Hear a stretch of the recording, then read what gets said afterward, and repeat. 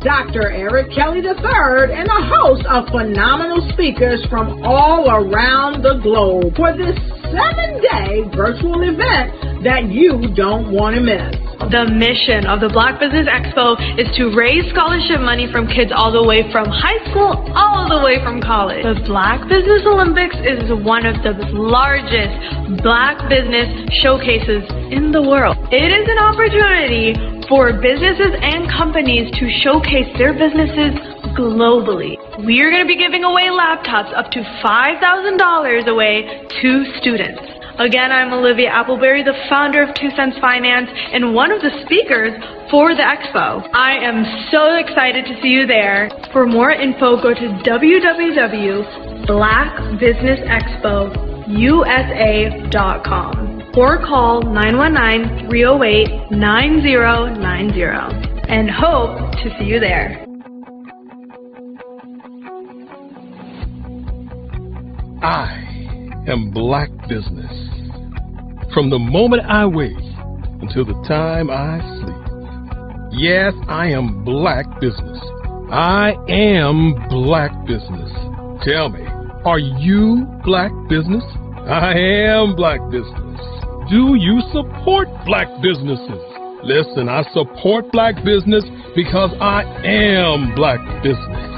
Black Business Expo, one of the largest business showcases in the history of Black business in the world. The world! Sign up today at www.blackbusinessexpousa.com or call 919-308-9090. I am Black Business. I am Black Business. From the moment I wake until the time I sleep, I am Black Business. I am Black Business. Are you Black Business? I am Black Business. Do you support Black businesses? I support Black business because I am Black Business. Black Business Expo, one of the largest business showcases in the history of Black America in North Carolina. Sign up today at www.blackbusinessexpousa.com or call 919-380-9090. I am Black Business. I am Black Business. From the moment I wake until the time I sleep, I am Black Business. I am Black Business. Are you Black Business? I am Black Business. Do you support Black businesses? I support Black business because I am Black Business. Black Business Expo, one of the largest business showcases in the history of Black America in North Carolina. Sign up today at www.blackbusinessexpousa.com or call 919-380-9090. I am Black Business. I am Black Business. From the moment I wake until the time I sleep, I am Black Business. Over the past few years, we've seen the growth of existing and new initiatives focused on financial inclusion, building global networks, and reducing the wealth gap in response to the idea there's not enough seats at the table. Whether their outcomes are to increase the representation of Black executives on corporate boards, ensure an inclusive global economy, or to create new U.S. African commercial pathways, the strategies are often carried out by separate programs. The question is, should they be? With the continent of Africa being home to more than half of the world's fastest growing economies, the youngest workforce, over 400 companies generating more than $1 billion annually, 700 generating more than $500 million annually that are poised for growth, and being the destination of nearly $5 billion in venture capital in 2021. Diversifying U.S. and Africa commercial engagement by building bridges between African businesses and their U.S. diaspora should begin being seen as mutually beneficial. From helping to reduce Africa's enormous capital gap to catalyzing two-way trade opportunities, the COVID-19 global pandemic hopefully has taught us that global challenges and opportunities are more interconnected than we thought. During the pandemic, African companies like Unicorn Flutterwave, insurance provider Reliance Health, ride-hailing app Yasir, and 54Gene, the continent's first bank of DNA on people of African descent, prove that when African companies have access to networks, capital, and information, they grow big, grow fast, and create solutions that are valuable to the world. This is why Be Direct was created. We are the first U.S.-based but African-centric board preparedness and board search company designed to connect U.S. Black talent and corporations to African businesses. Unique and fundamental to Be Direct's success is our process of helping board candidates adapt their experience and networks to an African context before they're connected to high-growth companies that are looking to locally and globally scale. From our focus groups with African business execs and government leaders, we don't ignore the sentiment that business is easy, but people are hard. Having a pool of board candidates with hard-to-access networks and extensive experience across the business lifecycle, including successfully raising capital, is table stakes for an initiative like this. So yes, we have that. But corporate or entrepreneurial success in the U.S. does not guarantee success in Africa. Developed alongside industry partners on the continent, our training program, Be Direct Prep, is designed to transpose their experience to create cultural comfort, understanding, and a commitment to helping businesses in Africa scale. Our board governance sessions are African, continental, and country-specific, integrated with cultural awareness and dexterity training, masterclasses led by African industry execs, and mentoring and coaching from African continental-based facilitators. But even more unique to Be Direct Prep, we cap off our training program with an immersion trip to help candidates that have not been to Africa before see and feel Africa's complexity and opportunity from African soil. We all know traditional network-based board placement has historically left a lot of us out of ever really being in the paid board pipeline. Our strategy supports the work of many great organizations that are successfully filling seats at U.S. board tables by creating more tables for those that are still left on the sideline. It's time to start seeing the role and value of U.S. Black talent and businesses on the continent of Africa differently. Old perceptions and habits limit economic inclusion. Let's transition Black talent and the African businesses they will support from the periphery of the global economy to its core. Living in a global lockdown, we all know now how fast local and global economies can change, and see the value of having businesses that hire, strengthen local value chains, and even grow globally. Status quo in any form holds back progress. We must democratize U.S.-Africa commercial engagement by socially and economically connecting cultures that have long been disconnected. It's time for Africa's U.S. diaspora to redefine their global value by helping African businesses scale continentally and globally.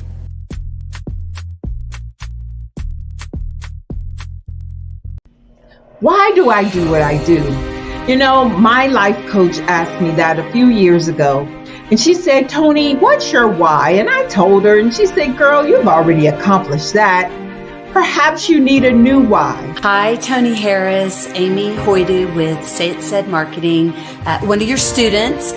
And just wanted to say thank you, Tony Harris, for spending so much time with me and giving me that boost in my business that I so drastically needed.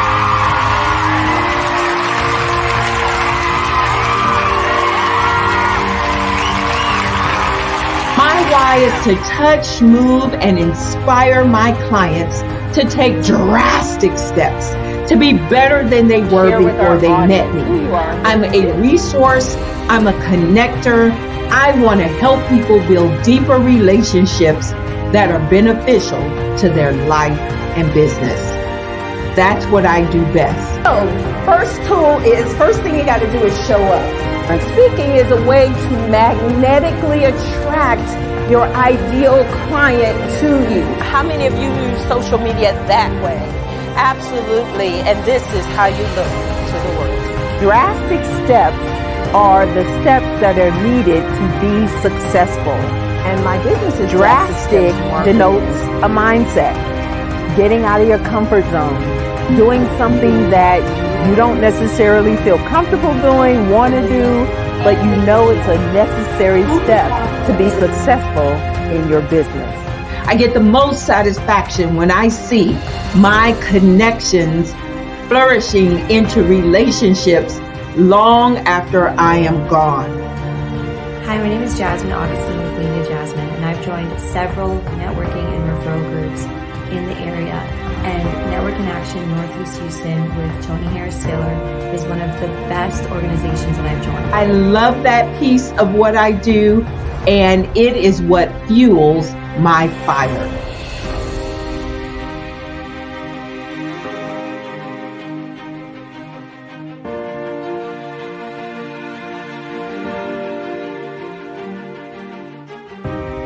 My name is Tony Harris Taylor, saying take a drastic step today for a fantastic tomorrow.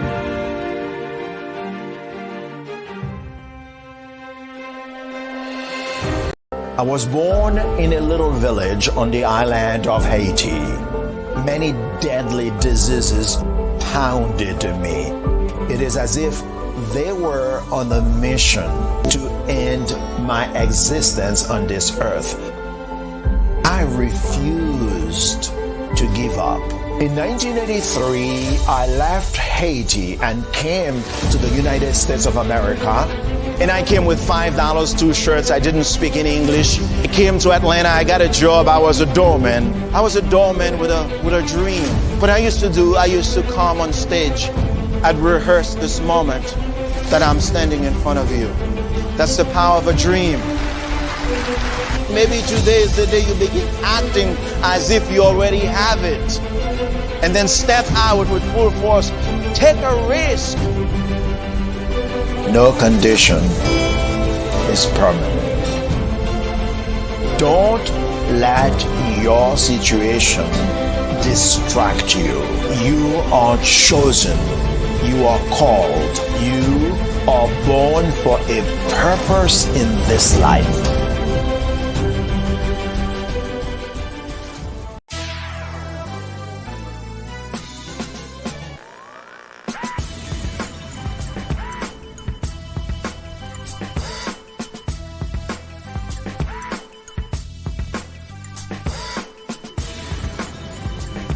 You are watching The View from Hampton U, exploring Hampton University's rich history, the past, present, and promising future.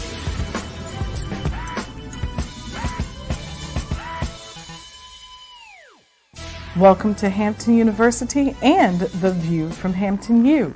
Today we're going to examine a movement that is said to be taking the nation by storm. The Genius is Common movement has emboldened young people throughout the nation, and that has also happened here at Hampton University.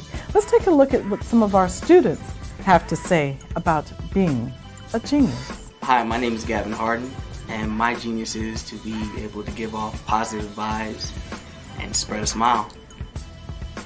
Genius is common. My name is Brianna Lomax, and my genius is artistic expression through writing and showing compassion to everyone I meet.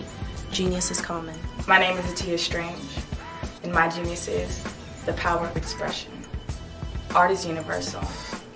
I sing, I draw, I film, I photograph. Genius is common. My name is Maya Harris, and my genius consists of all the gifts that God has given to me. I am a giver, I am passionate about bringing ideas to life, and I have mastered the concept of finding the good in everything. Genius is common. My name is Diamond Sidmore. My genius is acknowledging the beauty in my own mistakes while challenging others to do the same in order to cultivate and grow. Genius is common. My name is Almajid Edwards. A lot of people think genius is about being talented or being smart. It's not true. Genius is about influence. Whether it's an equation, whether you're reading or writing, research, harmonies, what have you, genius is about the opportunity, the moment of impact where you can influence another person and uplift them. My genius is poetry. Genius is common. Hampton University has a long-standing history of supporting geniuses and the movements that they create. For example, General Chapman Armstrong established this great institution in 1868. And did you know that Booker T. Washington was also an alum of Hampton University? I could go on and on about the geniuses who've come through these doors and have exited to go out into the world to make a great difference. That's what's important to us. That's what's important about the Genius is Common movement. What is your genius? You should take the time to think about that today. So thank you for watching The View from Hampton U. And remember, genius is truly common. Hi, my name is Holly Bird Miller, and I am the brand and beauty ambassador for the Genius is Common movement. I have 27 years in sales, marketing, business development, branding, and brand strategy. So my genius is common. What got me into the love of branding and beauty is I love to allow our professional clients to look like the best version of themselves, to elevate their executive presence. So I've surrounded myself with a global team of videographers, photographers, hairstylists, makeup artists, wardrobe stylists, social media managers, and brand strategists to make sure that we are your one-stop branding agency. So I am so proud to be the brand and beauty ambassador for the Genius is Common movement. My genius is common.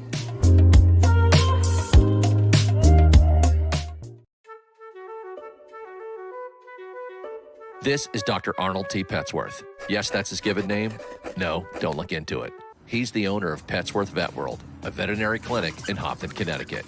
His patients include dog, cat, turtle, cat, turtle, frog, hamster, fish, Goldie, dog, and this alpaca. Due to doctor-patient confidentiality, we can't tell you their names.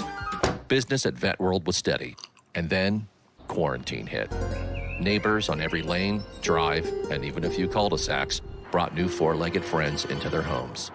Bunnies. Bunnies. you guys are so cute. Bunnies. You are so cute. Bunnies. You're so cute. Bunnies everywhere. A lifelong lover of Laporte, Dr. Petsworth welcomed these new patients with open arms. Hi, how you doing? How is she? Did you meet Jackie? Jackie, Barbara, Jackie?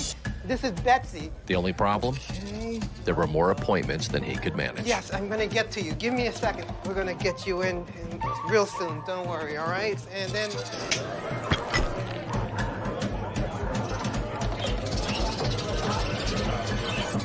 That's when Dr. Petsworth turned to his American Express business card, which offers flexible spending limits that adapt with his business. He decided to hire a new assistant, Julio, who's actually more of a bird guy.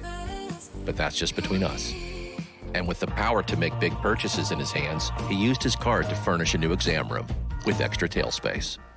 Together, Dr. Petsworth, Julio, and American Express Business made sure all the pets of Hopton got the love and care they deserved. All right, Julio, man, that was great, man. And everyone was happy. Especially these guys. Get the card built for business by American Express.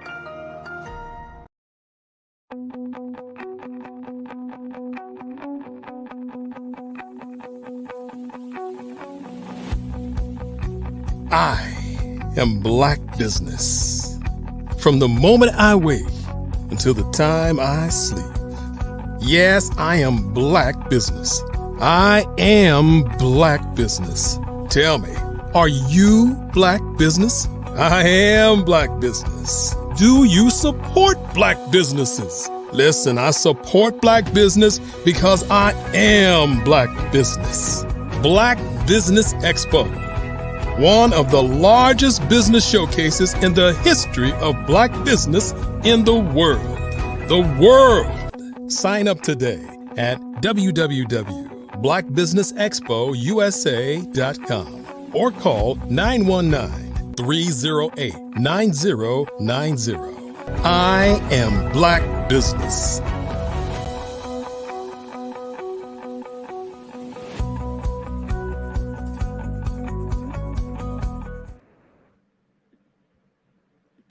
Great day, business owners, entrepreneurs, thought leaders, and corporations. Welcome to the Black Business Network. I am Eliza Carter, international speaker, author, spiritual advisor to women, and CEO of the Breathing Experience, LLC.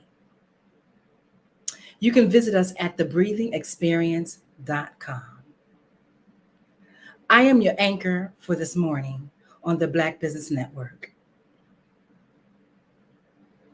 The Black Business Network is a 24-hour business network showcasing Black businesses, business owners, entrepreneurs, and thought leaders worldwide.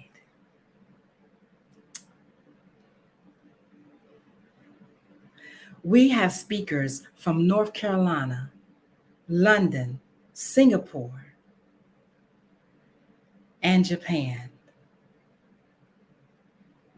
and cities all over the United States. Welcome this morning to the Black Business Network, which is a global community.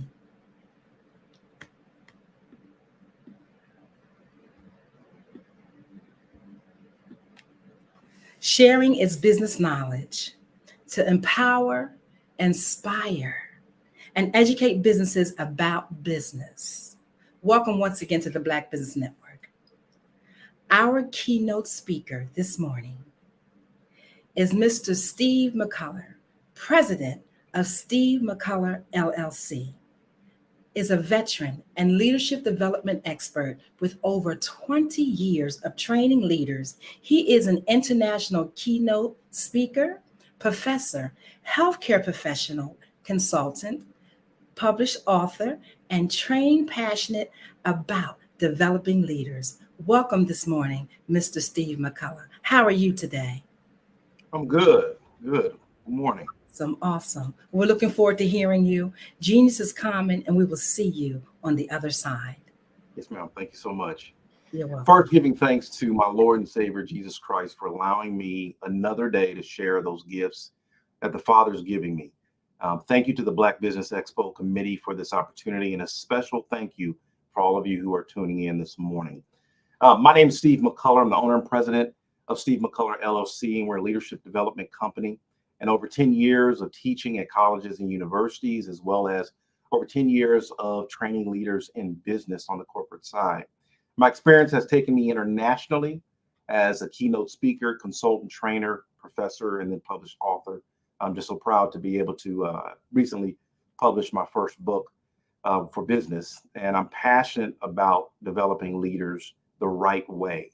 So I want to start off today with sharing a very personal memory with you all to set the foundation.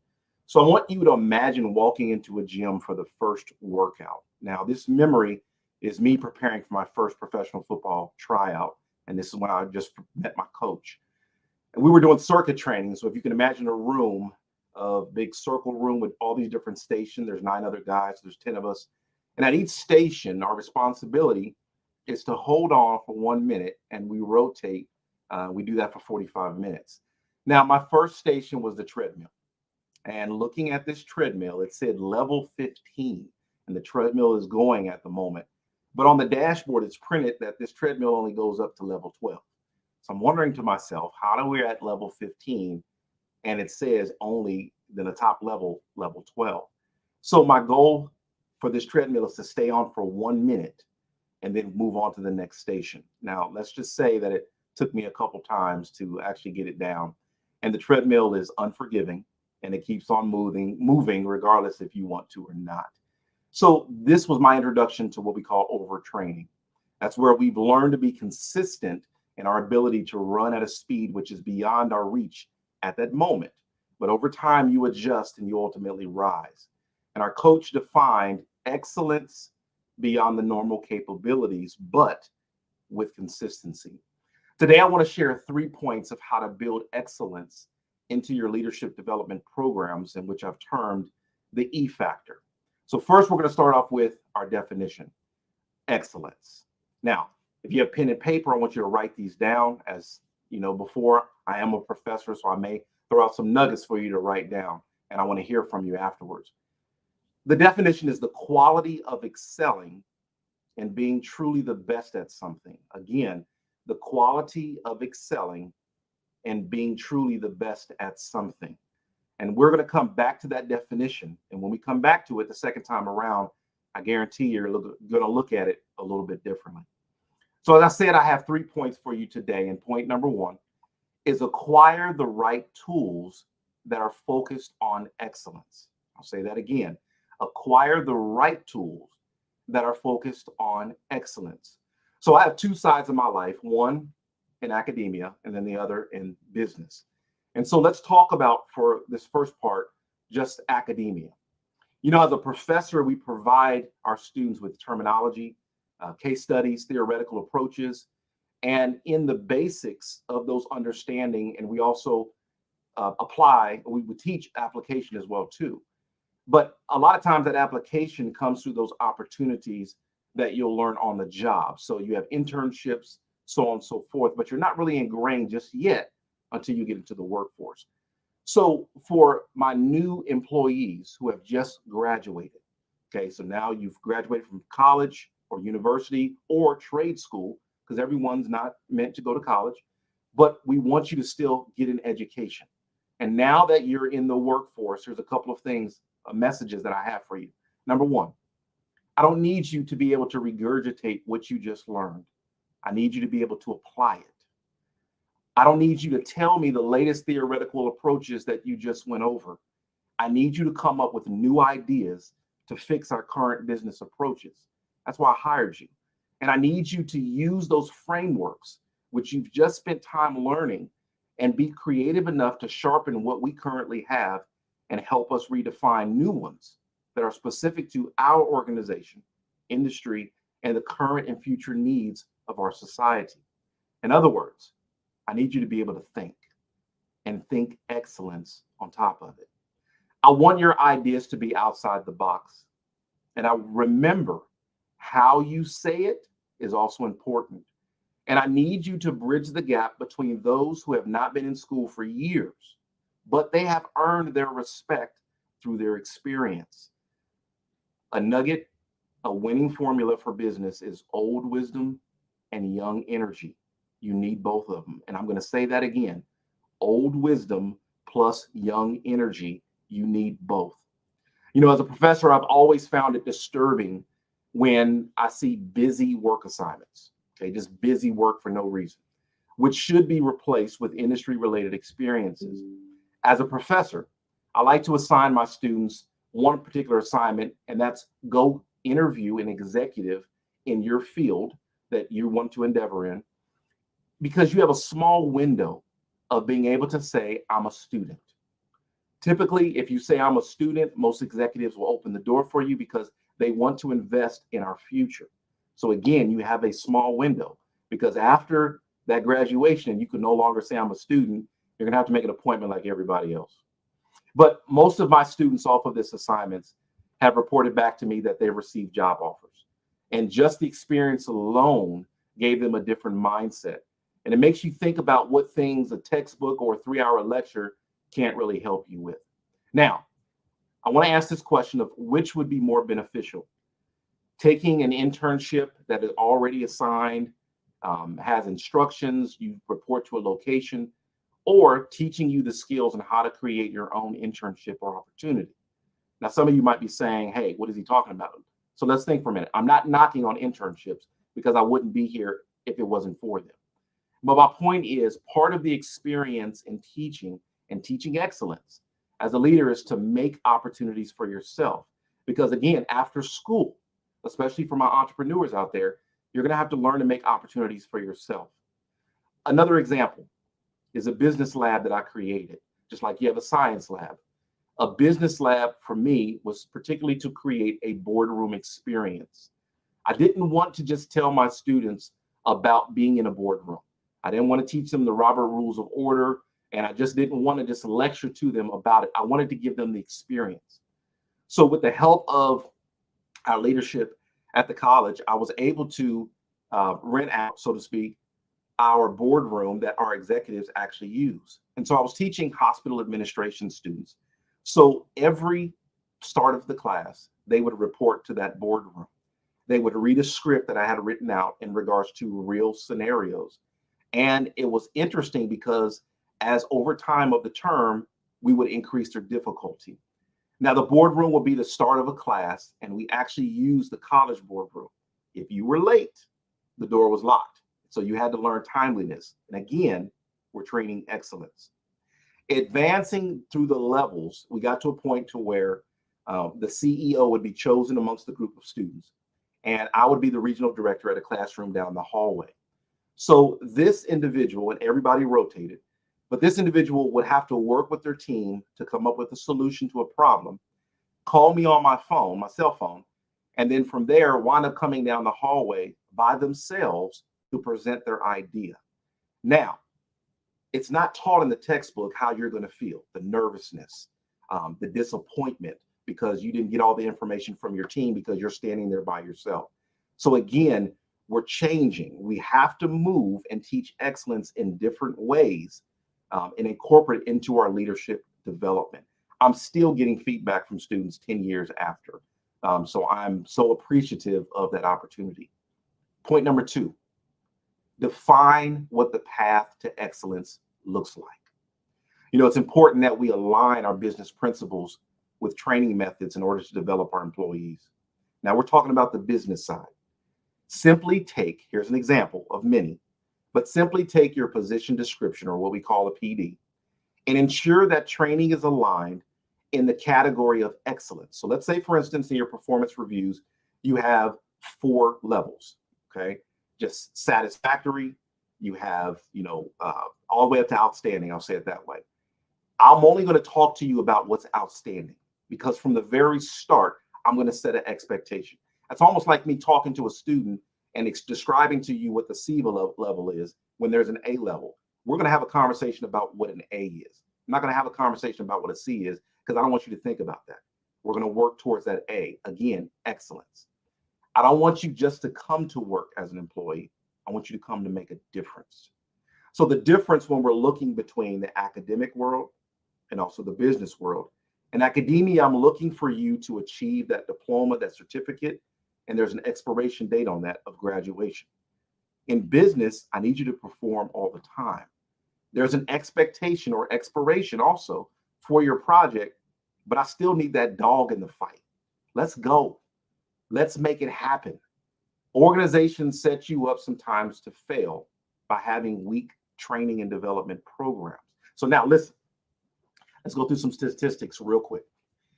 Recent studies reported that 83% of businesses agree that leadership development is important at every level.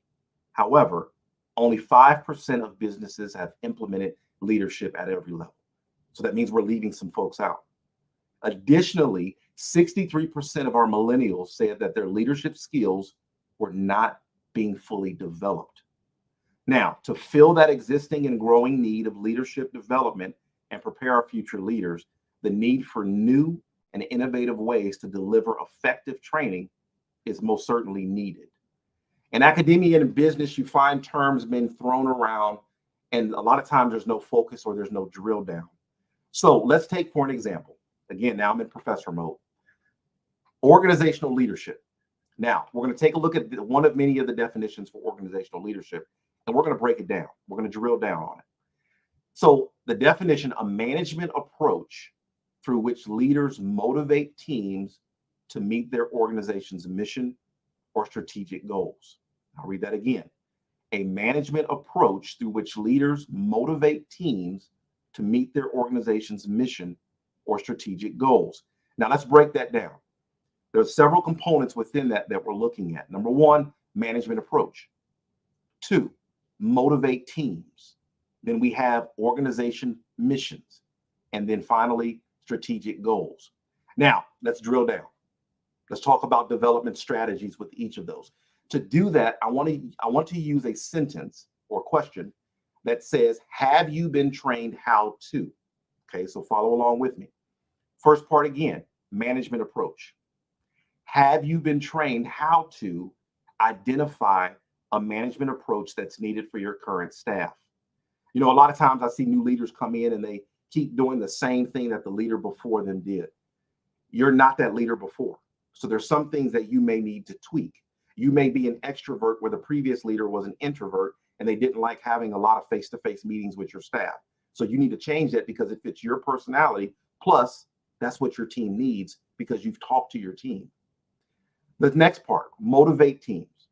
So let's go back to our question. Have you been trained to, or how to, identify what motivational strategies work for your team? Okay, again, we're developing our leaders by making sure they're able to drill down on these definitions. So motivation is not always about money.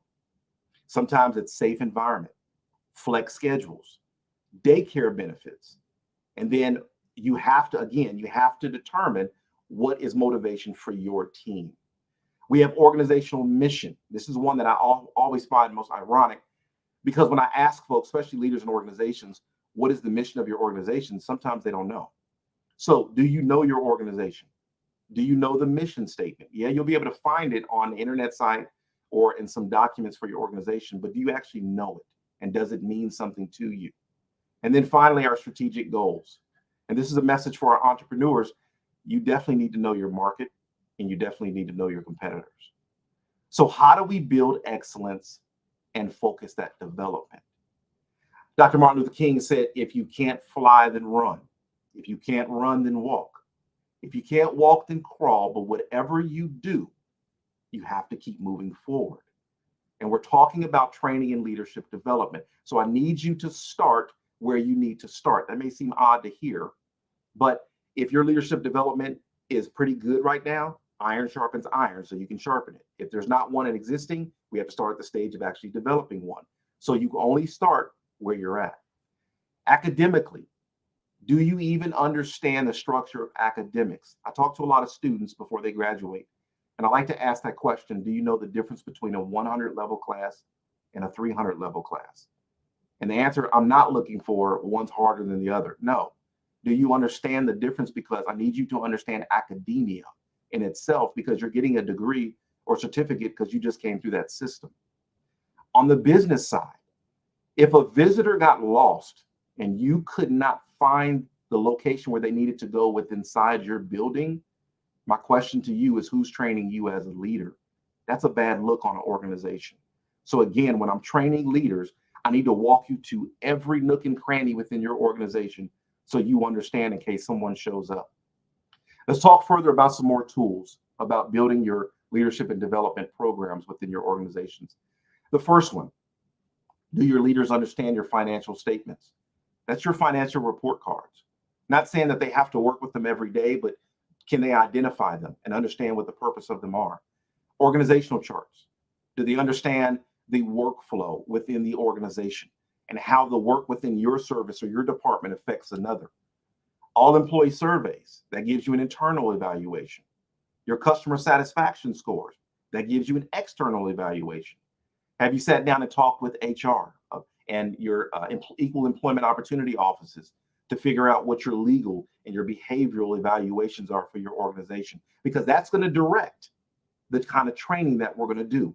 I'm not trying to guess on what kind of training that your leaders need. We need hard information to say, this is what we need. We need to get better in these areas. I want you to remember this in this stage: get better, get good, get great, be the best, and what a lot of folks forget, how to remain the best. That's critical. Now, let's go back to the definition of excellence. The quality of excelling, of being truly the best at something. And again, the quality of excelling, of being truly the best at something. Now, we practiced drilling down a moment ago. Let's do that with this definition. So the state of mind with this definition, quality of, and then also being the best. If we look at it from a time frame perspective, we're looking at the now. So in academia, typically when a textbook comes out, it's about 3 years old. That's typically, not always. But that's when it finally reaches a student. So what do you think that information, where the information is at? Sometimes the information is already outdated because you know today's technology and the advances, they're coming out very quickly. Take Michael Jordan, because Michael Jordan and LeBron have been in the news pretty much lately. If you looked at Michael Jordan coming in, and I remember looking at a clip from Magic Johnson talking about a conversation he had with the young Michael Jordan. But think about if Michael came in just to prepare to play against Magic and Larry, what happens with all the younger guys coming in right behind him? You have to be ready at every single level. So again, we have to look at it from a 360-degree angle of how do we prepare our leaders. So excellence is not just a now thing. It's a train on tracks and it don't stop. That's why you don't stop learning. Continue to always learn. Be involved with your industry and where things are going. You must incorporate excellence into your training. Point number 3, our final point. The excellence factor is unbridled training at the highest possible level. Again, the excellence factor is unbridled training at the highest possible level. Don't put your training methods in a box. I also encourage our supervisors and managers that if you're having, let's say, a Monday morning meeting, if it's sunny outside, take them outside. Don't always think you have to have your meeting in a boardroom. Change the setting. It helps your employees acclimate to the daily task that's going on. Mix it up. Practice how you play. And please remember, proper, notice I said proper, practice provides you with perfect performance. I'll read that again. Proper practice provides you with perfect performance, because you can practice improperly and wonder why you're not getting the results you want. Properly training and preparing your leaders is something that's very dear to my heart. I've been blessed to be exposed to several different leadership development platforms in my life. Number one, starting at home. My parents did a phenomenal job of raising us and preparing us for leadership.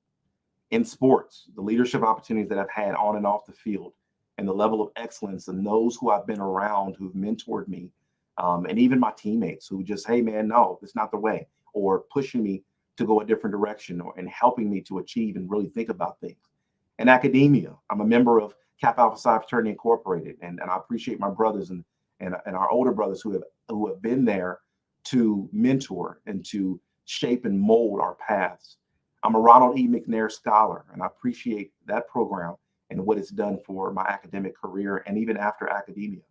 The honors programs that I've been a part of, and several advanced degrees that I've been able to obtain.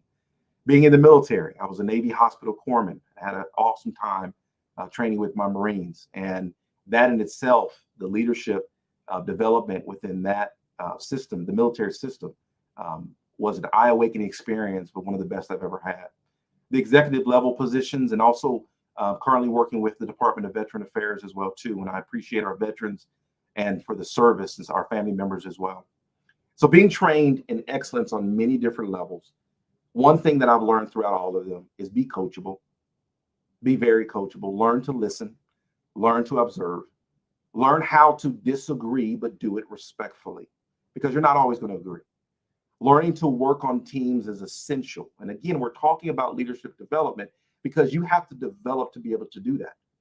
Some folks have grown up where they don't like working on teams, and now for your job and your career, you have to work with teams. So you have to develop over time. And in our programs, our leadership development programs, we should have a part to be able to do that. I've had amazing mentors who still and have helped me along the way. Excellence, it's not a lonely quality, but being a shared one, and you never make it on your own. Now, one of the things in the business world, we are in an unprecedented time after COVID. Now, this is where a lot of businesses find themselves shifting their models of how leadership development fits into their organizations. So my LLC, I launched it in 2015 as literally starting off as a resume review service. Now I'm a minority-owned leadership development consulting company, and that I'm very passionate about equipping our current and future leaders with what they need through innovative and effective training. The mission of my organization is to create impact through the presentation of practical learning with authentic experiences, and bridging the gap between academia and the business world, and inspiring our leaders of today and tomorrow. Within the last year, I've been able to create an additional line for our company to help churches with their business components. And I've worked with several churches in the past, and I've recognized this need. So I've just published my first book, Conversation Starter. Let's talk business, teaching, and training in churches, which you can find through Dorrance Publishing as well as on Amazon. And we're looking again at leadership development within churches. on every level. The book is a must read for pastors and those in the business offices. And the purpose is simply just to get the conversation started. I remember one of the things that spoke out to me growing up and hearing the Bible stories is when Mary and Joseph, they had lost Jesus and they found him in the temple. And his reply was he was about his father's, some of you said it, business. Okay. So again, check out the book, and I definitely want to hear from you. Let's review several points, the 3 points that I went over today. Number one, acquire the right tools that are focused on excellence. Don't have mediocre tools. Start them off in the area of excellence, and you stay in that area, in that lane. Point number two, define what the path to excellence looks like. Point number three, the excellence factor is unbridled training at the highest possible level. Be creative with your training. In closing, I want to leave you with this. Write the vision and make it plain, but also understand that the vision comes at an appointed time. Excellence does not happen overnight. It takes time. And strategic thinking is critical when we're developing our plans for excellence. As we are developing our leaders, always think servant leadership. The higher the levels you go, the more quieter you're going to be because you need to listen more. And your thought process is not to take, but to give more. When this is done and it's done right, the focus is on sustaining excellence and not just getting there, but again, sustaining it. I'm very appreciative of this opportunity to speak to you all today. If you want to book me to speak at your next events, come talk to your teams. You can contact me through my website, stevemccullough.com. And again, I'm very appreciative of this opportunity. Thank you. God bless.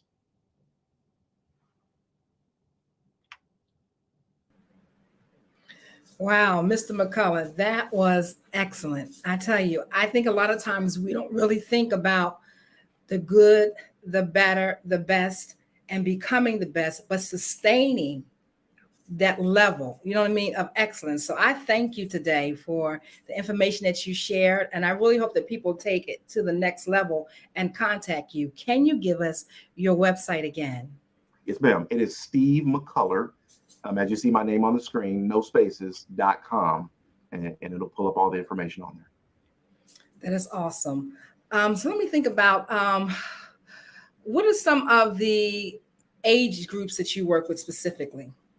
So I work with age groups all across the whole spectrum, starting with, because I'm a professor, so starting with the even K through 12, working with some of them in the special building programs. Like I said, I was a McNair scholar, and so a lot of those programs I'm been blessed to be a part of. So our K through 12, we have junior achievement, different programs like that I love to talk to our young folks. And then, of course, the college age, because that's what I deal with. But then even in business, too, the whole spectrum of a new employee all the way up to our senior executives. And that's part of what I do on a daily basis. And that's fantastic, because we know the younger we can get to impact the minds of the youth, the more they have an opportunity to scale up and really understand the levels of business they want to be in and how to show up as that, not just their authentic self, but their sincere self. Exactly. You know? Exactly. So that is powerful. So let me ask you, this is a common question I think comes about a lot, and I was thinking about it for a moment, is what would you tell yourself at the age of 8, knowing what you know now? What would you tell yourself about excellence, about being the best? Man, that's a great question. So at the age of 8, I had a phenomenal childhood. I'll say it that way. What I will say is something ironic. I will say that don't take it for granted, because one of the things that I've had to really come to grips with in my life is that I've been blessed. When you come from the home that I've come from, and I'm trying not to tear up, but it's wow. My family is my family is everything to me. And coming from a home of so much love, I thought that everybody came from that. And so I had to learn over time that what I came from was such a blessing that it helped me to start to work with folks who didn't come from that kind of home, and to say, don't take it for granted. Because again, when you grow up in it, you think, hey, this is a common thing. but it's not common, to grow up in the much love that we grew up in. So again, I'm very appreciative of it. But again, I had to learn how to communicate with folks who didn't grow up in that and not put that expectation on them. That is so powerful, because I can think about the first time I had an opportunity to deliver my first sermon.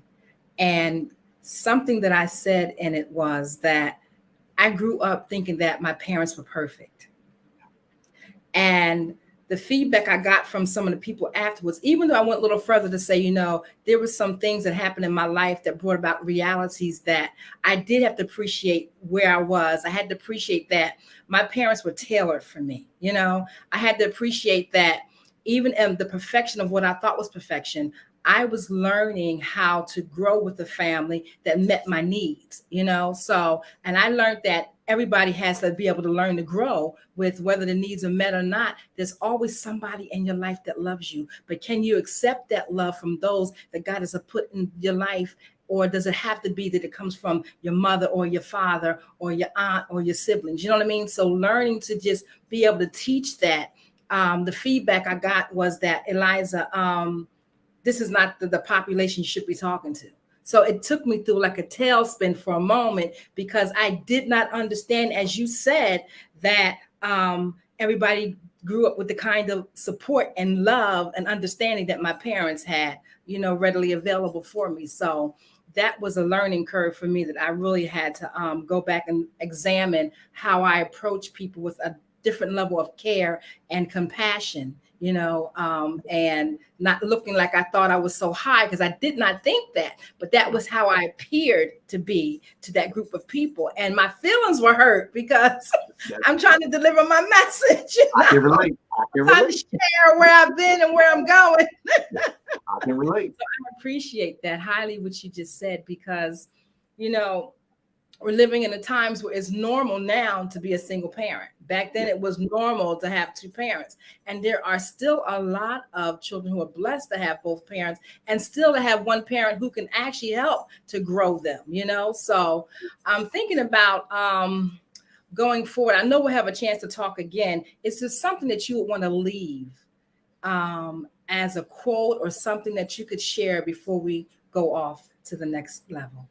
Yeah, the biggest thing that I can leave is that keep God at the center. And the reason why I say that is because the higher levels, the more devils that you're going to face. And when you're dealing with business, do not change your morals. Keep that word close to your heart. That way throughout the changes, because at the end of the day, we're going to stand before God. So I don't care how successful you are in your life, you can't take none of it with you. And if you keep God the main focus, then he will continue to bless you. And on a caveat to that is some folks, they think they have to have that magic formula to be successful. If God gave you a gift, success is going to find you automatically. I love that, because we know systems work. I was talking to somebody recently about systems and goals, how we always have these goals, but we don't have these systems in place. So you can't always reach the goal if you don't create some systems to get to the goal, Exactly. And I think that has to be taught too, because people are always like, I got a goal to do this, I got a goal to do that.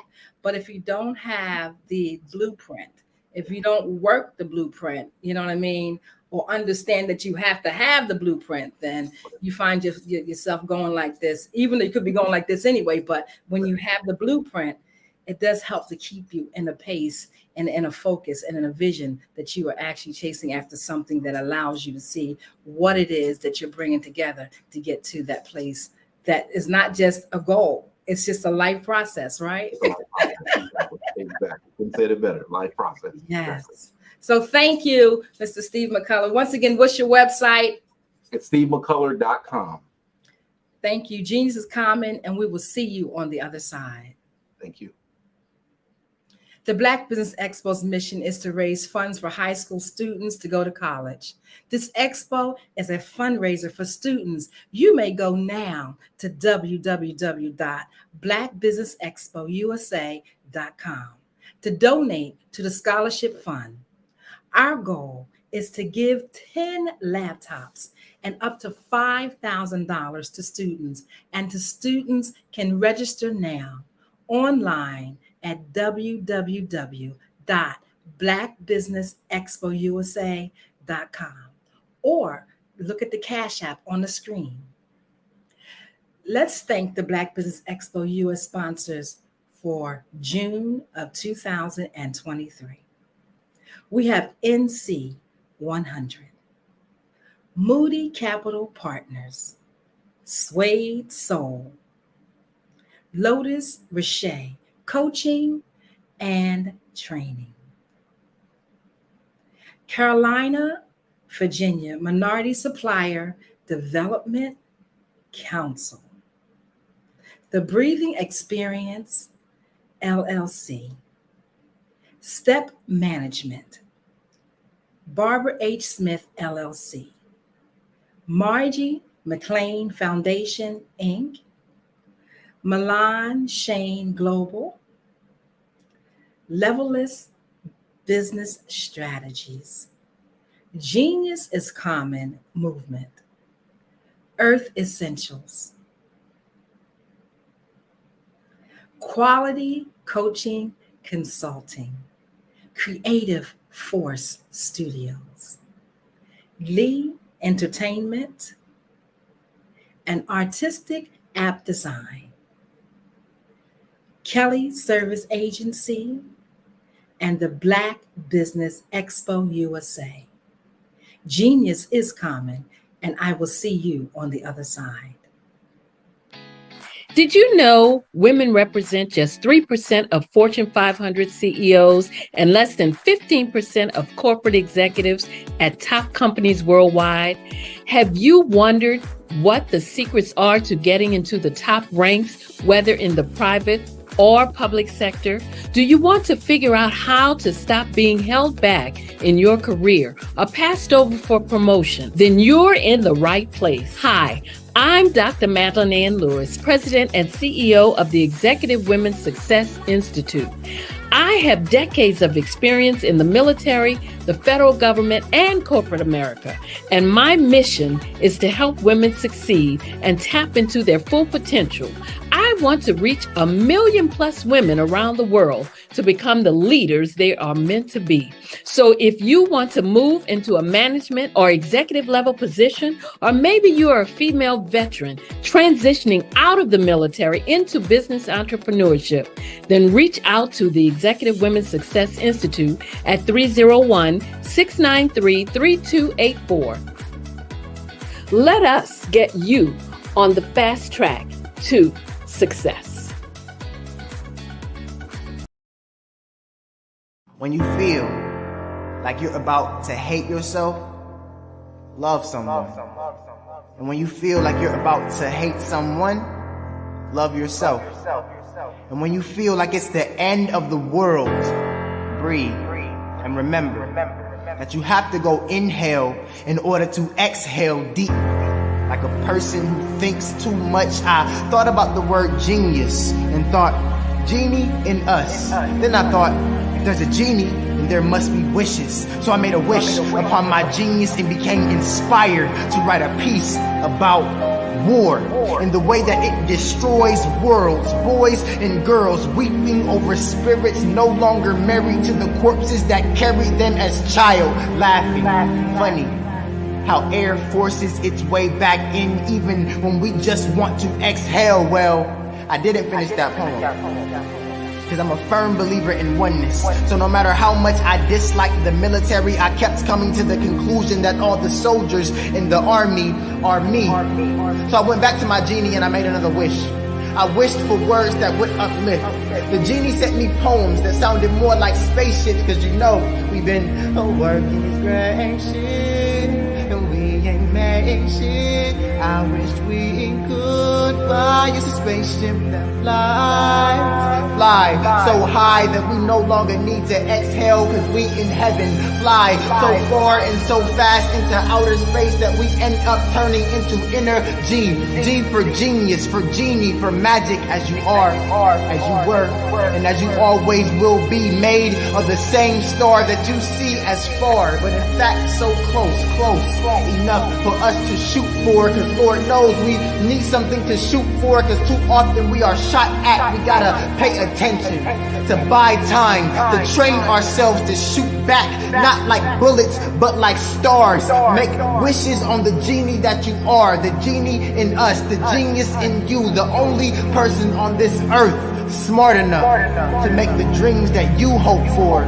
come true.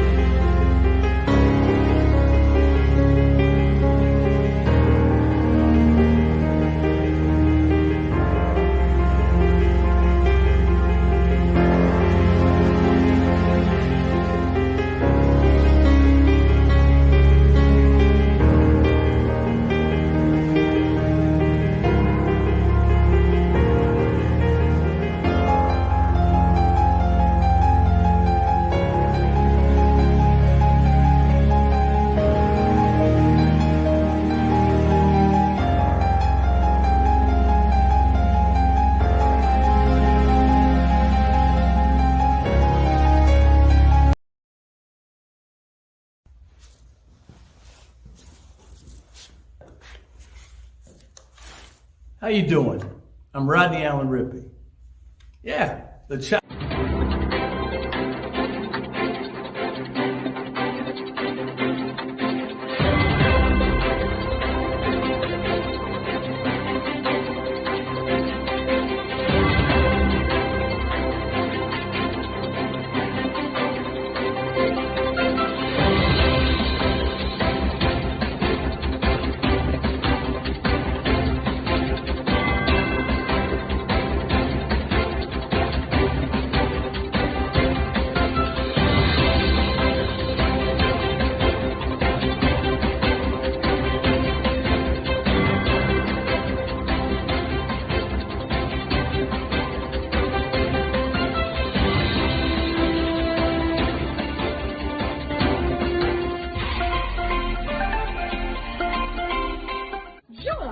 Dr. Eric Kelly III and a host of phenomenal speakers from all around the globe for this 7-day virtual event that you don't want to miss.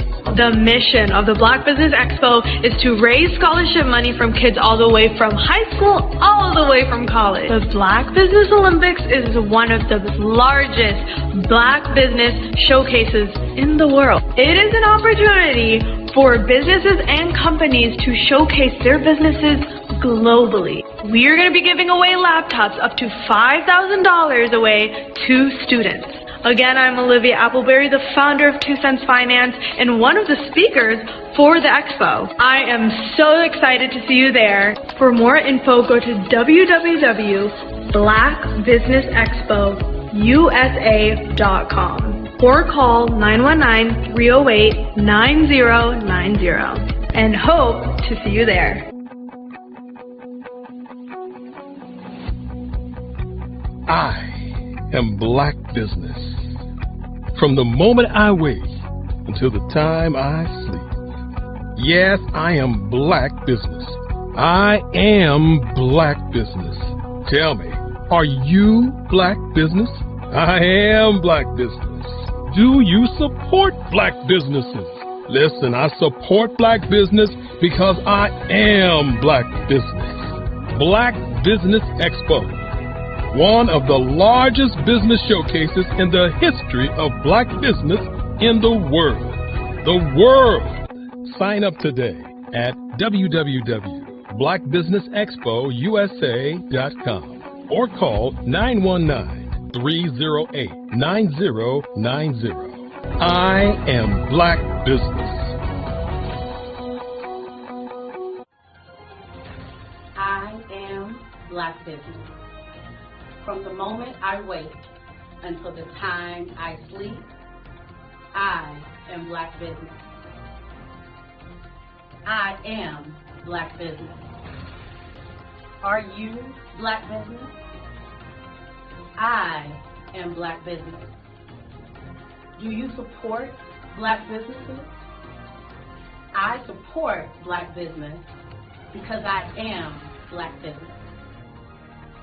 Black Business Expo, one of the largest business showcases in the history of Black America in North Carolina. Sign up today at www.blackbusinessexpousa.com or call 919-380-9090. I am Black Business. I am Black Business. From the moment I wake until the time I sleep, I am Black Business. I am Black Business. Are you Black Business? I am Black Business. Do you support Black businesses? I support Black business because I am Black business. Black Business Expo, one of the largest business showcases in the history of Black America in North Carolina. Sign up today at www.blackbusinessexpousa.com or call 919-380-9090. I am Black Business. I am Black Business. From the moment I wake until the time I sleep, I am Black Business.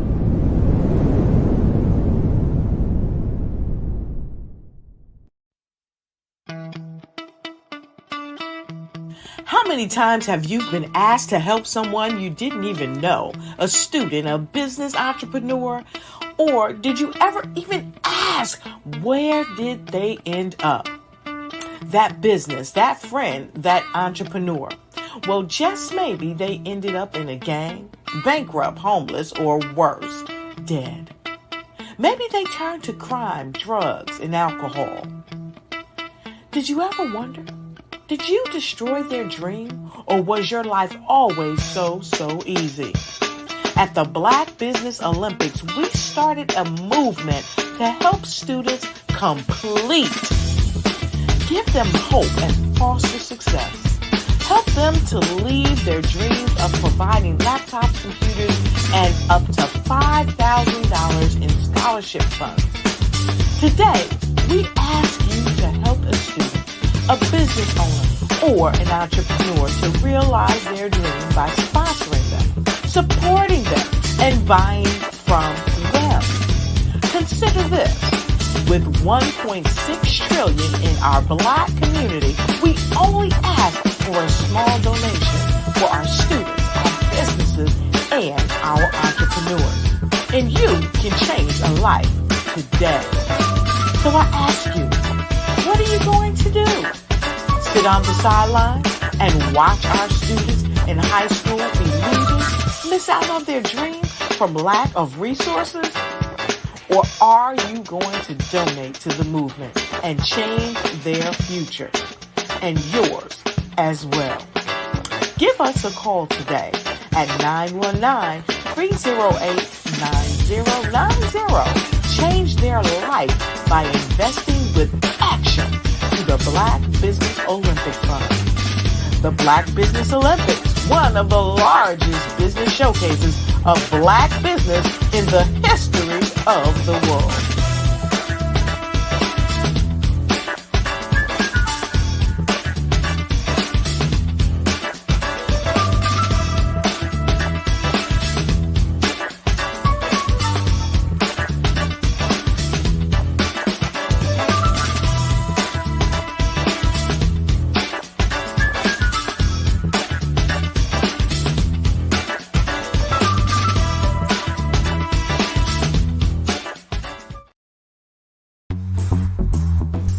Attention all entrepreneurs and companies. Are you looking for reliable and efficient virtual assistants and back office support to help you manage your business tasks? Look no further than Superwoman Business Services.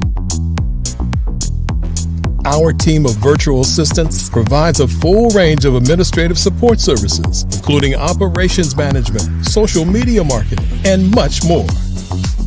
We also offer website design services to help you create a professional online presence that reflects your unique brand.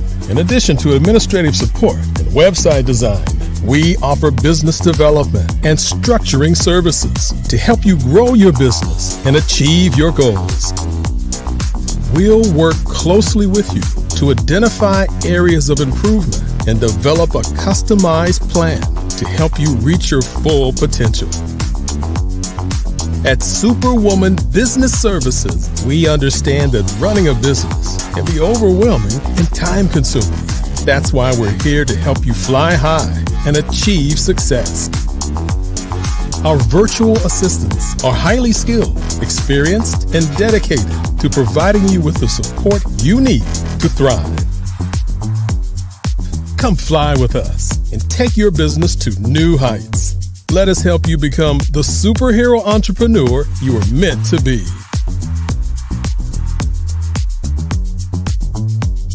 Contact Superwoman Business Services today to learn more about our back office support services.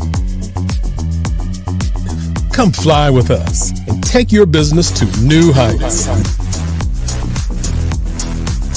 Phenomenal Tanya T. Wise, who is here from the great state of Maryland.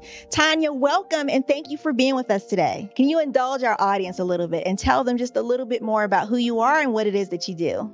Well, I love being able to talk to people and have a magnetic attitude, being able to just show them. So I always like to say, level up is Coach at Tanya T. Wise here. So can you tell our audience, just give them a teaser about what your presentation will be about? So my philosophy is that we should all be living our dream life. So tomorrow I'm going to talk about how you start living your dream life. What are some of the things that you thought about in your childhood that you just kind of let go and dormant? Wow. And I want to reignite that and just give you some pointers and some tips, some tools, some strategies to be able to start living your best life now. And guess what, Aquanda? And leave an inheritance for your legacy. Oh my goodness. Okay, I know that's resonating with a lot of people. I've heard that you have a dynamic coaching program. Can you tell us a little bit more about that? Absolutely.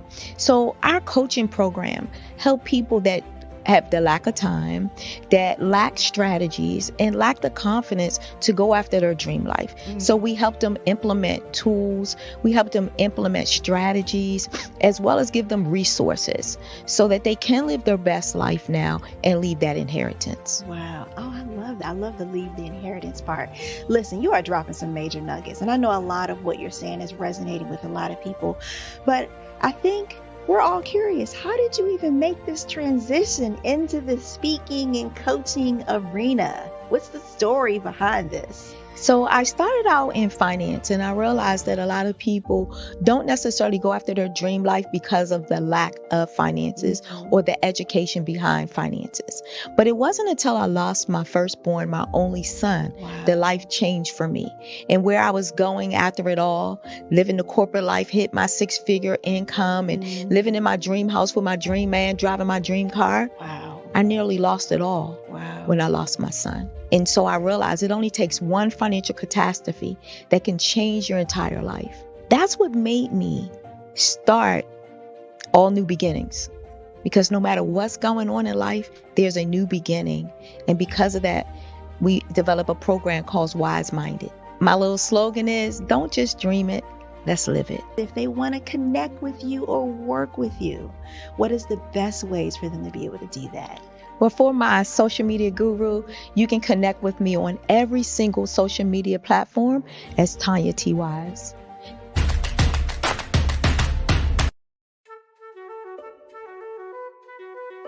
This is Dr. Arnold T. Petsworth. Yes, that's his given name. No, don't look into it. He's the owner of Petsworth Vet World, a veterinary clinic in Hopton, Connecticut. His patients include dog, cat, turtle, cat, turtle, frog, hamster, fish, Goldie, dog, and this alpaca. Due to doctor-patient confidentiality, we can't tell you their names. Business at Vet World was steady, and then quarantine hit. Neighbors on every lane, drive, and even a few cul-de-sacs brought new four-legged friends into their homes. Bunnies. Bunnies. You guys are so cute. Bunnies. You are so cute. Bunnies. You're so cute. Bunnies everywhere. A lifelong lover of Laporte, Dr. Petsworth welcomed these new patients with open arms. Hi, how you doing? How is she? Did you meet Jackie? Jackie, Barbara, Jackie? This is Betsy. The only problem? There were more appointments than he could manage. Yes, I'm gonna get to you. Give me a second. We're gonna get you in real soon. Don't worry, all right? And then...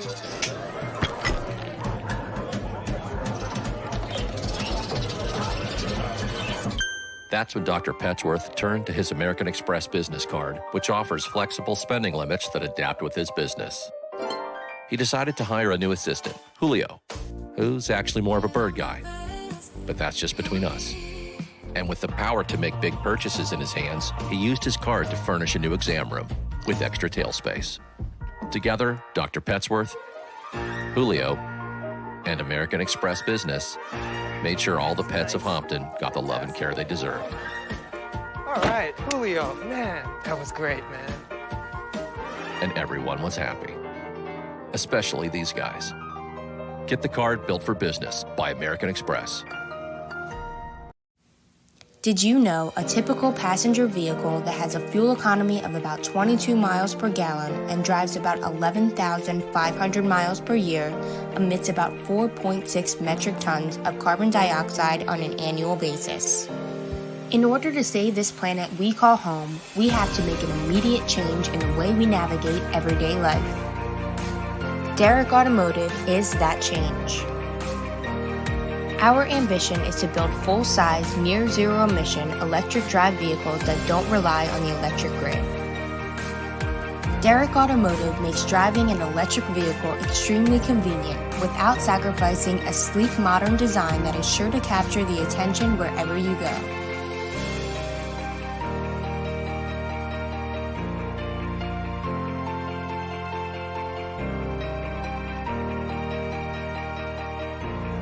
Make the choice to take part in a movement to help preserve our planet today. Choose Derrick Automotive. Visit us on the web today to learn more. What if you could build your own city? A place where every child can find nurturing people to help them achieve their full potential. A place where every adult can access job training support. Where health education is abundant. Where social justice ruled the land. A place without limitations. Welcome. You have arrived at STEM City, USA. It is what every city should be. A safe and trusted community where you find people and resources to help you become everything you are and beyond. STEM City is unlike anything you have ever experienced. It is a digital twin of the world around you, only better. STEM City is about energy and soul renewal. It is more than a digital world. You can almost feel the power of live cultural events, music, and theater. STEM City promises a better future for children with caring mentors and hands-on activities with dedicated tutors to support our youth. STEM City is your passport to a healthy lifestyle with weekly events addressing our community's many issues. STEM City is your financial well-being, with helpful information on wealth management, career advancement, job training, and so much more. STEM City is the community you deserve. It is the city where your dreams can come true. STEM City USA, a place in the sky that is accessible to all who reach for the stars.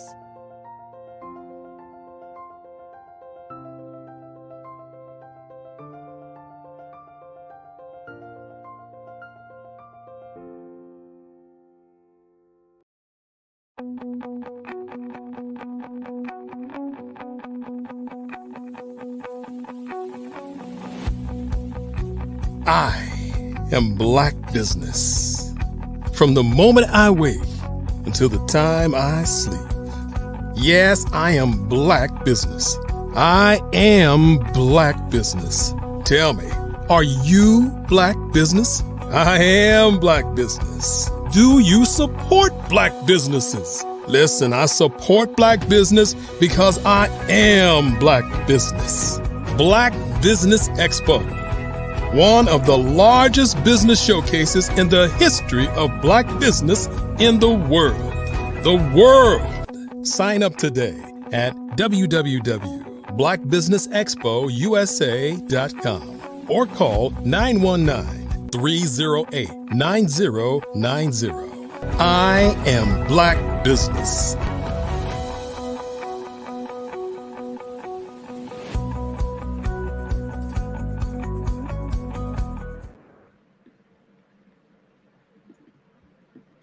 Great day, business owners, entrepreneurs, thought leaders, and corporations. Welcome to the Black Business Network. I am Eliza Carter, your anchor for the day. I'm an international speaker, author, and spiritual advisor to women, and the CEO of The Breathing Experience, LLC. Visit me at thebreathingexperience.com. I am your anchor for this morning on the Black Business Network.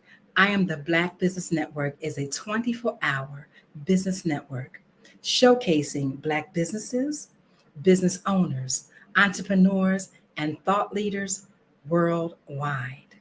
We have speakers from North Carolina, London, Singapore, Japan, and cities all over the United States. The Black Business Network is a global community sharing its business knowledge to empower, inspire, and educate businesses about business. And today's speaker is our keynote speaker, and he is Mr. Andre Notice.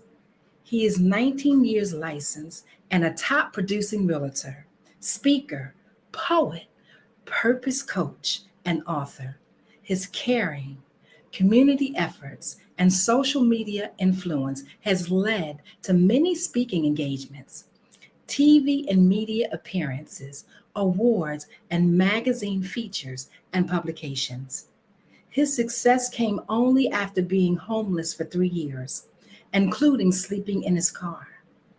Andre believes there is no testimony without the test. His topic, being in the field of personal development. Here he is to provide education, empowerment, edification, enlightenment, and inspiration through words and action. A mindset shift is needed and necessary to get from where you are now and where you want to go. Andre is a conduit for that progression. Welcome today, Mr. Andre Notice. How are you today, sir?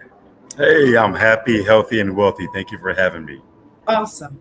Well, we're looking forward to hearing what you have to share. Genius is common, and we will see you on the other side. Absolutely. So for those that don't know, I'm so excited to be here. So excited. My name is Andre Notice. For those that don't know, I'm the rhyming realtor for your dream home.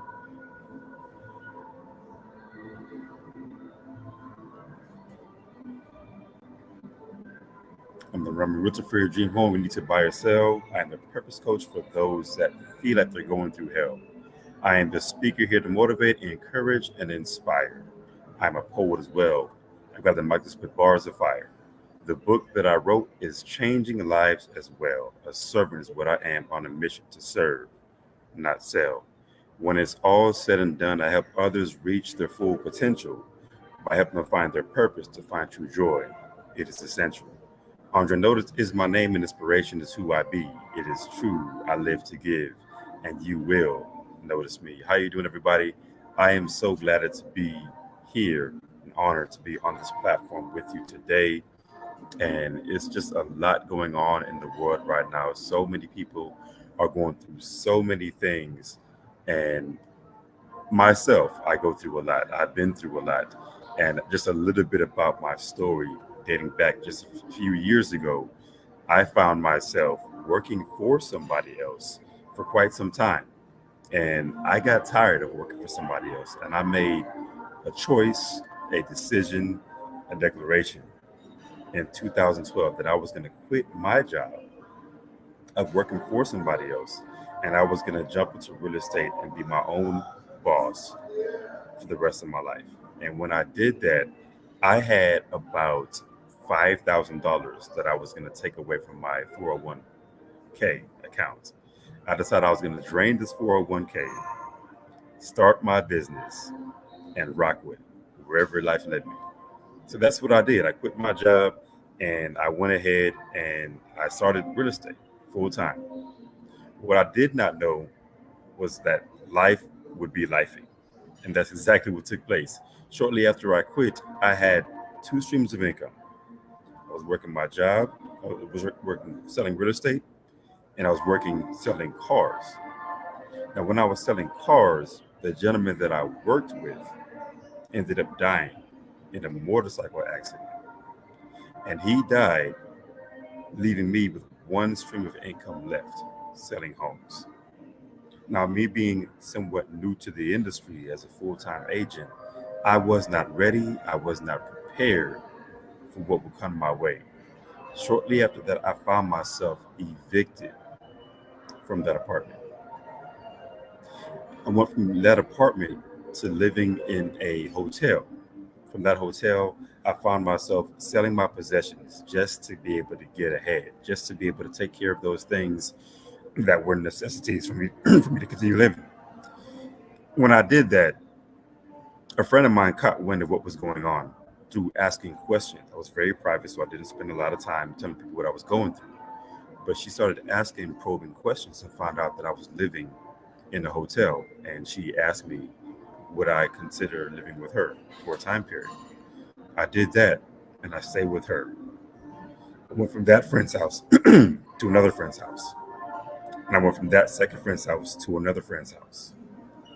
By the third friend, I was living in a one-bedroom apartment with 5 adults and a child. We had one car. Can you imagine living in a one-bedroom apartment with 5 adults and a child, one car? This was my reality. It was absurd. It was obscene, but this is what I was going through. And all throughout this entire time, I'm trying to do real estate as an agent. When my time was up there, I left that friend and I moved in with my father, and I told him I would be there for about 2 to 4 weeks or so. I ended up being there for 6 months. About a week after my 30th birthday, he handed me a subpoena to get out. So I left his house, I packed up all my belongings, and I put them in a car that I had just got. And I literally drove around and I slept in my car overnight, and I sold homes when they had no home. I had an opportunity to work for a company where I could earn 6 figures, and I turned that down because I just did not want to go back to where I just came from. I was so fed up of working for somebody else and being unsatisfied, being unhappy, being unfulfilled, that I turned down a 6-figure earning job just so I can stick to and learn how to do this real estate thing, how to do this entrepreneur thing on my own. Well, the time came to where I finally got the hang of the business. I finally got to make a name for myself. I finally got to get to the point to where things would turn around, things would shift, and business would chase me instead of me always having to chase the business. And when I did this, I had to take note of what had just taken place. How did I get from where I was to now speaking on stage, to sharing this story, to now writing a book, showing people how to find their purpose? How did I get to the point where I started winning awards for real estate production, winning awards for community events? How did I get to the point where I found myself on magazines and on different platforms? What took place for me to make this shift in my life? Well, I'll tell you, I believe the very first step to success is desire. You got to want it. You got to want it real bad. And I wanted it so bad that I was not going to allow anything or anyone to deter me from what it is that I want. The second step, I believe, was mindset. I had to shift my mindset. I had to stop thinking about the negative things that always attacked and plagued my mind, because before I was in a dark space to where I expected the negative things to happen. So what I did was every single day, I filled my mind with what was positive. I filled my mind with audio tapes. I filled my mind with recordings. I filled my mind with sermons. I fed my mind with all these things that was going to feed me what it is that I needed, what it is that was going to feed myself the positive things that was going to take me to the next level. So mindset is the difference. Once you know what it is that you want to do, once you have a desire for change, it's your mindset that you're going to have to shift to take you to the next level. So what happened is I began to shift my mindset, and things began to change in my life as a result of that. And because of that, I now live my life every single day being a blessing to others, showing them how to shift their mindset, how to use their words and their word usage and their language to change their energy, to attract the things in life that they do want, versus on focusing on the things in life that they're attracting based on what they don't want. You see, in life, you don't just get what you think about, you attract what it is that you are, your state of being, negative or positive. You have to want it so bad and focus on it so much that it takes over your whole being and your whole mindset. And that's where I am today. I'm in a place where I'm constantly focusing on showing people how to change and shift that mindset on a regular business.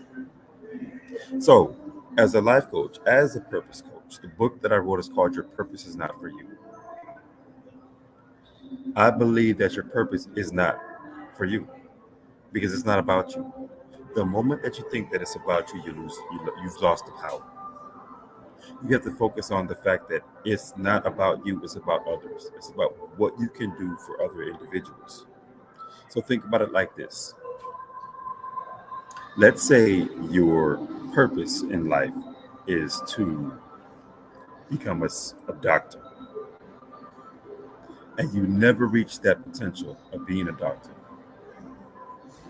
Those individuals that you were meant to heal, is it possible they never get that healing because you never stepped out on faith and did what you were supposed to do? So those individuals that you were supposed to heal and you were supposed to bless never got what they were supposed to get because you never did what you were supposed to do. Is that fair to that other individual that you never stepped out on faith and got out of your own self, your own way to do what you were supposed to do? You see, we all have a purpose. Everything that was created for a specific reason, for a specific person. And that includes you and I. It is up to us. It is our duty. It is our responsibility. It is our obligation that we find out those things that are destined and placed within us that we can bring outside of us that others can benefit from. So as your purpose coach, I believe that vision is a very strong key to success. So what is vision? Your reason for existence is called purpose. And when you can see it, it's called vision. So it's one thing to have a purpose, which we all have. It's another thing to have vision, which most people don't get. Being able to see their purpose, being able to see the preferred outcome, being able to see the things that they want before they even have it. Very few people get to the point where they have a vision. So during the course of my business, I want people to take the things that they've learned from me, apply them, apply the ideas, and apply the information. Implementation plus ideas and application equals income. So to change your income, you have to have an idea and you have to imply on that idea. Everything that you must do is going to take it to the next level, you have to make sure that you're ready for it.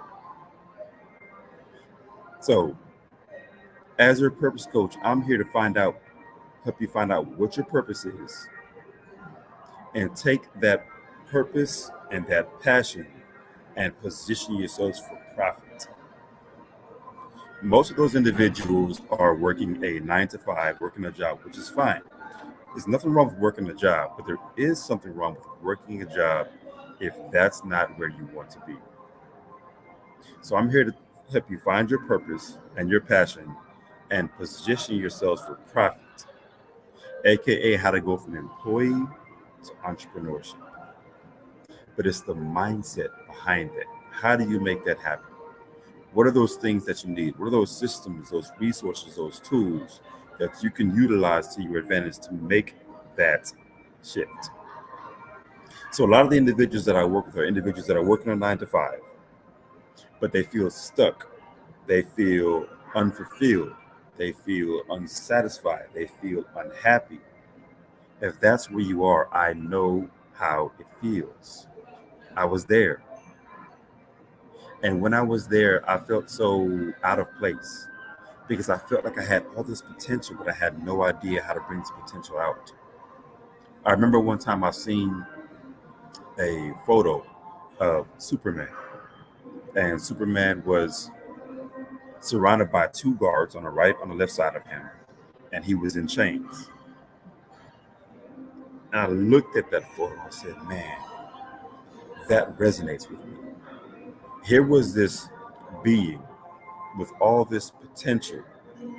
You know, he had laser eyes, he had superhuman strength, he had the speed faster than a speeding bullet. He had all these abilities, all this potential, and here he was in chains, in bondage. That's how I felt at that job. If you feel like you have all this potential, but you're stuck behind a desk, you're stuck behind a cubicle, you're stuck behind doing or being in a position where you don't want to be, where you're not being utilized to your full potential, I know what that's like. And I'm here to help you find out what it is that you're supposed to be doing to provide you the fulfillment, the joy, the happiness, and the peace. It doesn't matter where you are, whether you're local, where I am in the city of Houston, or you're on the other side of the world in London. I'm here to find you and help you along your journey. There are so many things that we can do to give us the success and the fulfillment that we desire. But one thing that I always say, most people believe that they are waiting on God. I would like to flip the script and say, no, you're not waiting on God. It's already done in His time. God is waiting on you. You have to make that first step. You have to do whatever it takes to reach the pinnacle of whatever He's placed inside of you. It's up to you to develop the discipline. Now, I like Brian Tracy's word or definition for discipline. Brian Tracy says the definition for discipline is the ability to make yourself do what you should do, when you should do it, whether you feel like it or not. Most people can't get past not doing something when they don't feel like it. It will be very difficult for you to reach a level of success without deciding to learn how to be determined in your discipline. You got to get past how you feel. And those are some of the things that I help you understand by giving you systems and resources and tools to understanding how to master your discipline. So I live my life by being a blessing to others. On my shirt, it says that I'm a servant. Above all else, all the things on my shirt, I am a servant. I'm here to serve. My mission statement is I live to give.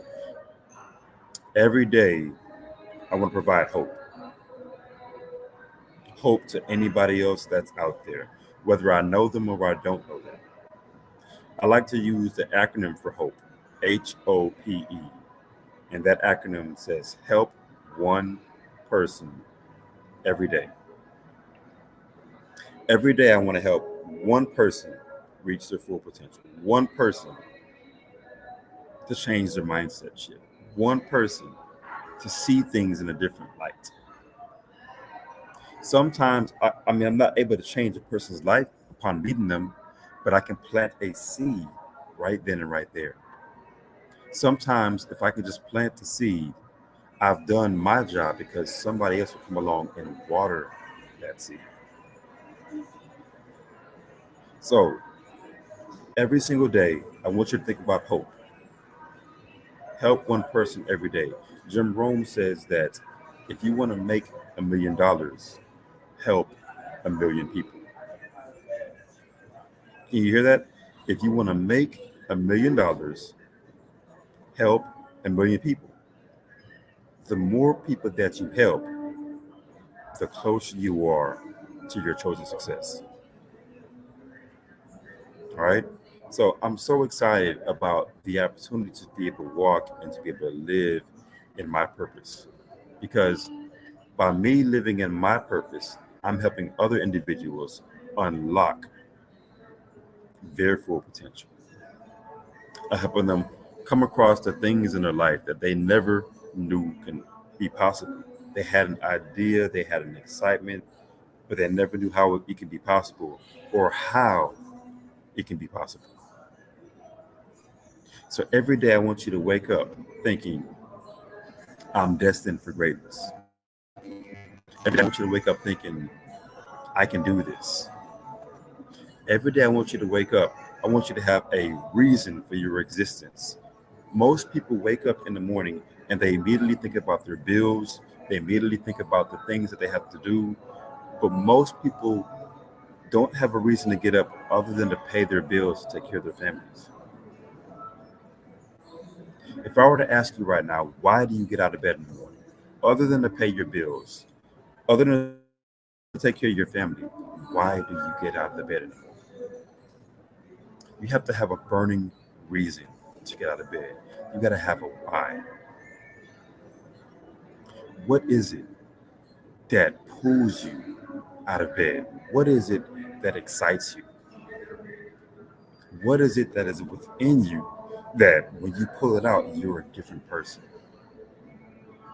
Something positive, uplifting, enjoyment. These are the things that matter most to us. So every single day, I want you to do this. As you end your day, I want you to write down 2 things. I want you to write down, number 1, what you're grateful for. That's the first thing. Write down what you're grateful for. And the second thing I want you to write down is, what did you learn from this day? Every single day, I want you to take a sheet of paper and write down what you're grateful for. And I want you to write down, what did you learn about this day? Have a gratitude notebook to make sure that you are keeping your mind focused on the positive things about the things that you do. Your life is a physical manifestation of the internal. Your life is the external being shown from the internal. Your life is a physical manifestation. Your life is a physical manifestation of your previous thoughts, words, ideas, and actions. So if you want to change your life, you got to change your thoughts. If you want to change your life, you need to change your words. If you want to change your life, you got to change your actions. But you got to know how to change those actions. Having a coach is one way to assist you in changing those actions. A coach is going to help you provide the structure, provide the accountability, provide the systems, the tools, the resources help you provide you the inspiration. Sometimes you have to borrow somebody else's faith in you. Sometimes you need somebody to see what's in you before you see it. And as long as that person is uplifting you and showing you and telling you and expressing to you what they see in you, it's okay to borrow that person's faith in you until you can build up that faith within yourself. So think about the fact that you are destined for success. God is a success. He can't make any failures. So if God is a success, why would he not want his children to succeed? Every single one of us was designed and destined for greatness. But if you're not living in that greatness, why is that? What are those things that you need to do, that you need to learn, that you need to implement right now that can change, drastically shift your life in a positive way? I have another question. Who is waiting on you to change your life so that then you can change theirs? Who is counting on you to make a shift in your mindset, to make a shift in your actions, to take a shift in your direction?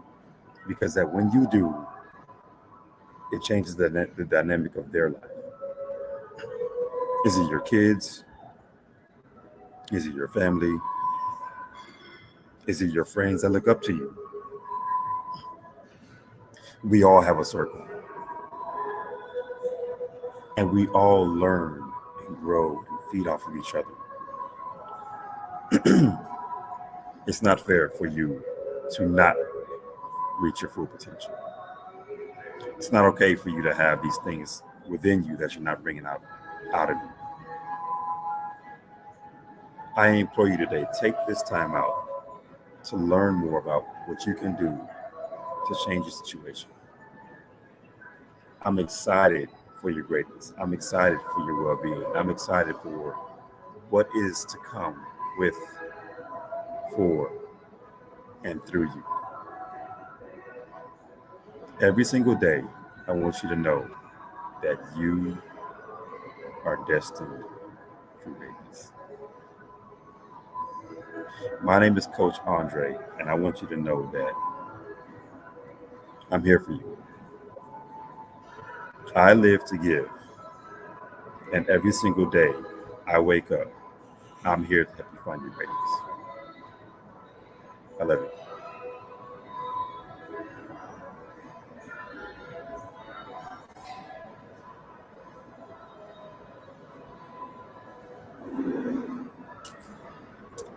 Wow.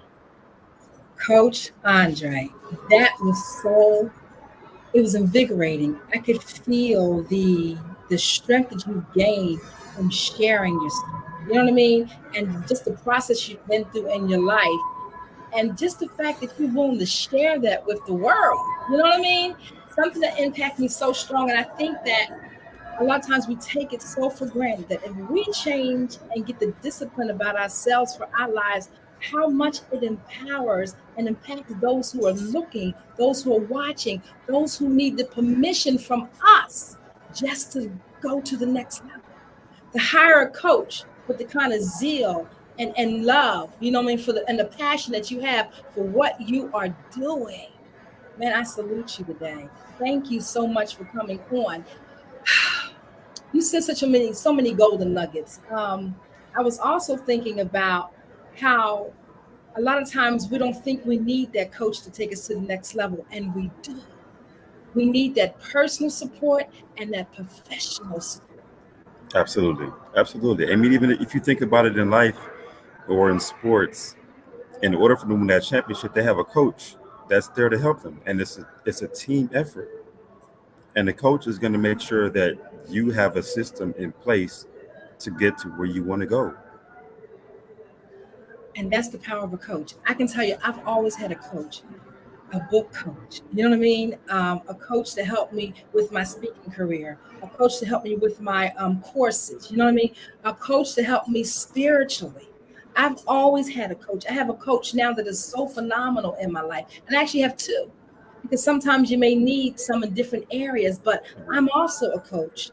But I love so many things that you shared, because I mean, just from what you said, we know also that you're living out what you're teaching, you know?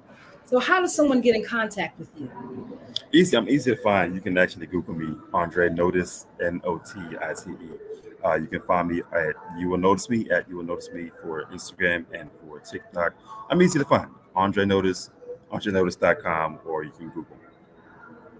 Wonderful, wonderful. Well, I'm so glad that you've graced us with your presence today. Give us the website one more time. Sure, AndreNotice.com or NoticeAndre.com, and you can find me there. And so you're on social media as well? And You Will Notice Me, correct. Okay, awesome. Well, thank you for being here once again. We look to see you come back to the Black Business Network again. And I hope that people connect with you, because you bring great value. And we thank you for being here at the Black Business Network. Thank you for having me. Absolutely. You're very welcome. And we will see you on the other side. The Black Business Expo's mission is to raise funds for high school students to go to college. This expo is a fundraiser for students.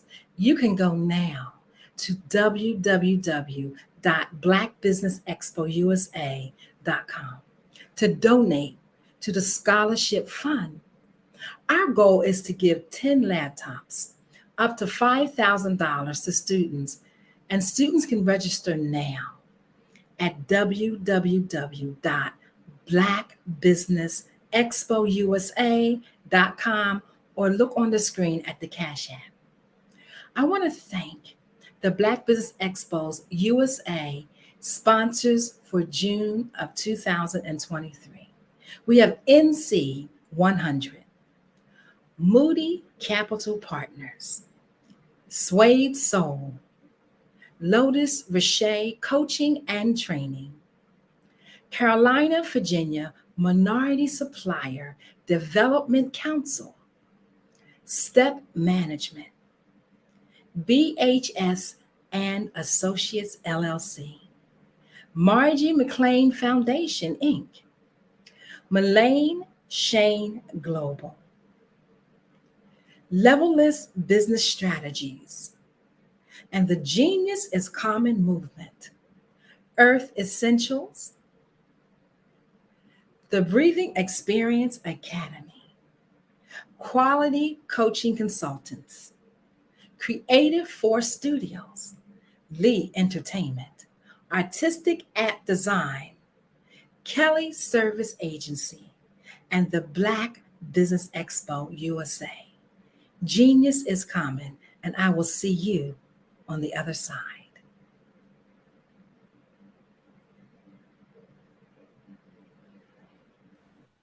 Hello, my name is Kiasi Helm and I'm 14 years old. I think my genius would probably have to be setting goals and achieving them. I say this because ever since I was young, I always wanted to be an author, and at age 11, I ended up achieving this. But not only did I end up becoming an author, I ended up becoming a public speaker, a publisher, a business owner, all these great things. The name of my business is Written by Kids Publishing Company. I decided to start this company because I thought it was important for me to help kids my age express themselves through literacy and just achieve their own goals. Because to me, achieving goals is the best thing in the world to feel. It's you just achieving things and aspirations that you set for yourself. And I know that everybody is capable of this, because even if you don't end up achieving the goal, you still tried your best, and that's the most important thing. And everybody is capable of this because genius is common. Thank you.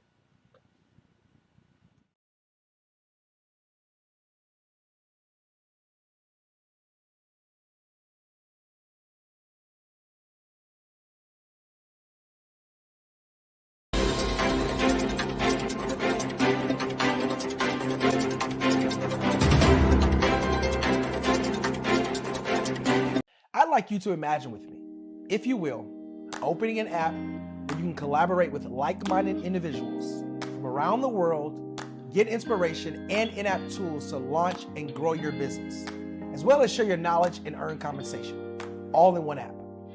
Well, the name of that app is Truso, short for Truly Social. Hi, I'm Matthew Newman, the founder and CEO of Truso. A new concept in social media, Truso is designed from the ground up to be a platform that's both social and empowering for all its users. How exactly do we do that? I'm glad you asked. First, Truso brings the world together via video. Psychologists assert that video provides a significantly more effective connection than audio only. When you enter a community on Truso, you're face to face. Second, on Truso, you don't have to have 1 million followers to monetize.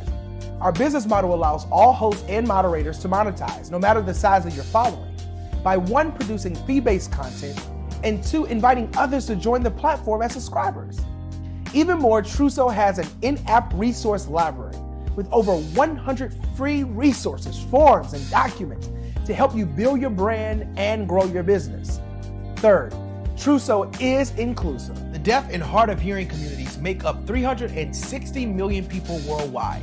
Unlike audio-only apps, Truso embraces its community, providing a networking platform that allows them to participate via video and closed captioning. We even have a deaf and hard of hearing foundation in the works as well. Fourth, Truso is both social and safe. We refer to Truso as a virtual extension of the beauty shop, barbershop, and brainchild of the community. A place where there's laughter, along with wisdom, growth-oriented conversation, and genuine connections in a safe space. Truso even has proprietary security to ensure we maintain a safe environment for everyone. Where are we at now? Truso is live, y'all. We've launched in beta and we're acquiring users daily. We have an incredible development and marketing team, plus amazing celebrity influencers at the table, helping us spread the word around the globe, beginning within the African diaspora and beyond by creating a safe space for growth, connection, and collaboration. We're truly excited about Truso. We've created something special for which there is a global market. And we invite you to embark on this journey with us as a shareholder. The future for Truso is truly bright. Join us and let's go there together.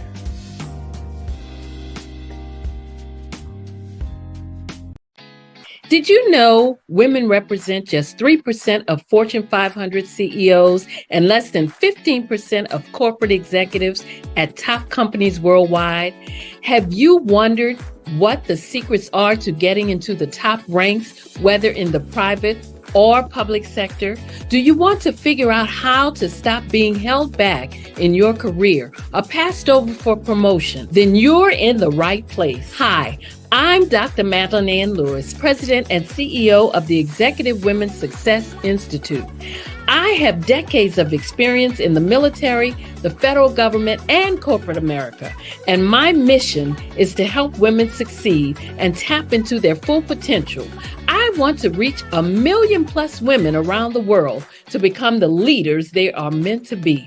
So if you want to move into a management or executive level position, or maybe you are a female veteran transitioning out of the military into business entrepreneurship, then reach out to the Executive Women's Success Institute at 301-693-3284. Let us get you on the fast track to success.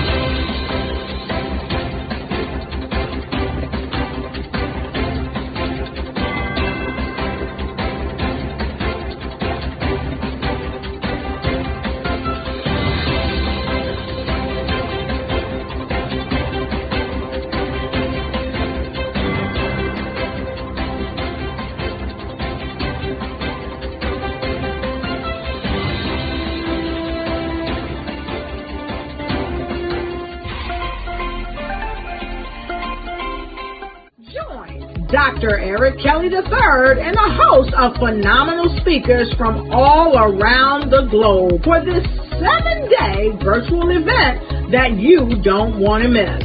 The mission of the Black Business Expo is to raise scholarship money from kids all the way from high school, all the way from college. The Black Business Olympics is one of the largest Black business showcases in the world. It is an opportunity for businesses and companies to showcase their businesses globally. We are going to be giving away laptops up to $5,000 away to students.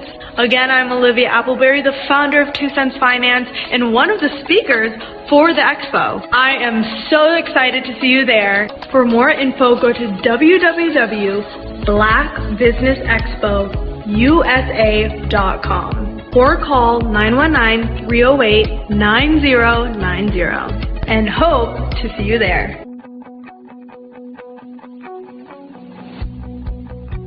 I am Black Business. From the moment I wake until the time I sleep. Yes, I am Black Business. I am Black Business. Tell me, are you Black Business? I am Black Business. Do you support Black businesses? Listen, I support Black business because I am Black Business. Black Business Expo, one of the largest business showcases in the history of Black business in the world. The world! Sign up today at www.blackbusinessexpousa.com or call 919-308-9090. I am Black Business. I am Black Business. From the moment I wake until the time I sleep, I am Black Business. I am Black Business. Are you Black Business? I am Black Business. Do you support Black businesses? I support Black business because I am Black Business. Black Business Expo, one of the largest business showcases in the history of Black America in North Carolina. Sign up today at www.blackbusinessexpousa.com or call 919-380-9090. I am Black Business. I am Black Business. From the moment I wake until the time I sleep, I am Black Business. I am Black Business. Are you Black Business? I am Black Business. Do you support Black businesses? I support Black business because I am Black Business. Black Business Expo, one of the largest business showcases in the history of Black America in North Carolina. Sign up today at www.blackbusinessexpousa.com or call 919-380-9090. I am Black Business. I am Black Business. From the moment I wake until the time I sleep, I am Black Business. I am Black Business. Are you Black Business? I am Black Business. Do you support Black businesses? I support Black business because I am Black Business. Black Business Expo, one of the largest business showcases in the history of Black America in North Carolina. Sign up today at www.blackbusinessexpousa.com or call 919-380-9090. I am Black Business.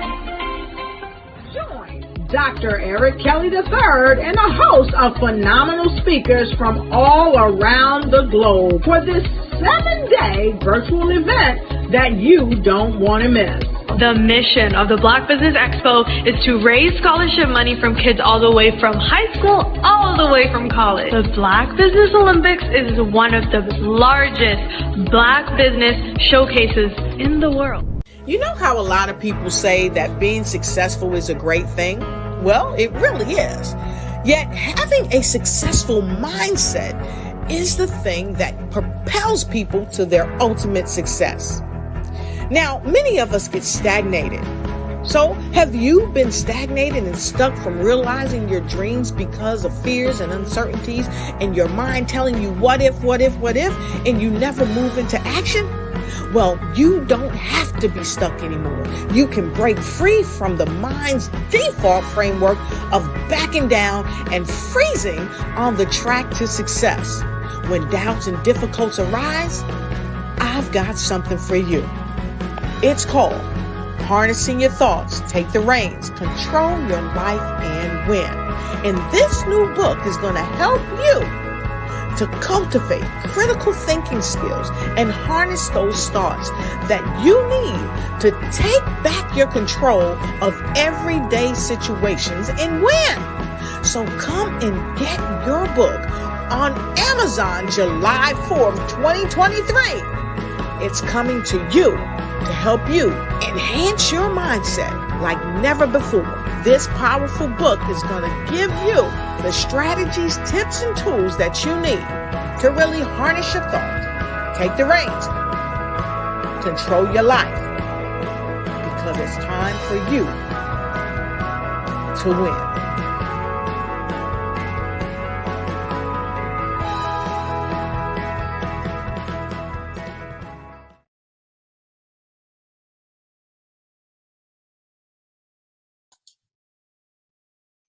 Hi, I'm Barbara Smith.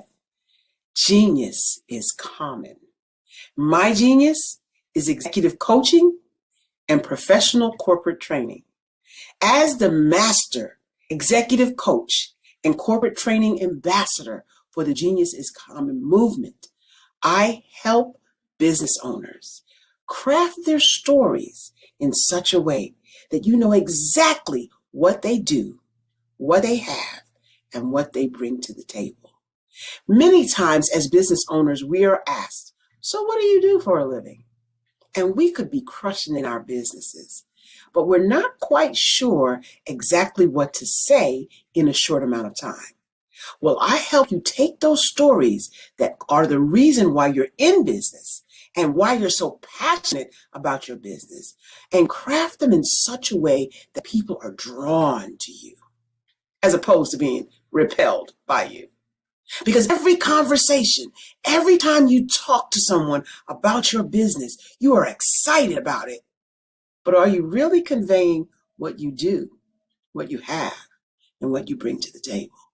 And do really people understand why you care so much and why they should care that you have the solution to their problem? Well, I'm here to help you with that. As a master storyteller, I can help you with your stories and spin them in such a way that they are intriguing and fascinating. People want to listen to you talk about your business.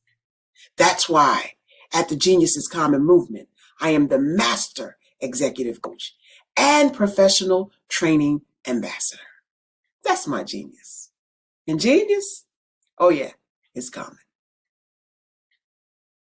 See, being in business, regardless if you're a non-business or any type of business, is about connecting. It's about hearing new information that can drive you forth. It's more about coming together with people with like minds in order to make your business grow. You don't wake up wanting to be mediocre and just do just enough. You want to excel. You want to be a master in your craft. You want to take it to the next level. So it's not going to happen by accident. So you have to be mindful and think of what can I do today to help take me to the next level. The truth is, your life will only change when you get new information. Your life will only change when you move forward with another level of thinking.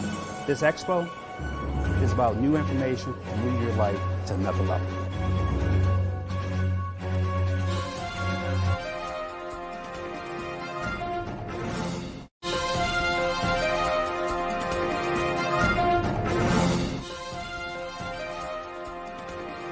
5-Star BDM, Brand Development Masters, is a professional consulting and advisory group keenly focused on business development services for the small to mid-sized business and entrepreneurs.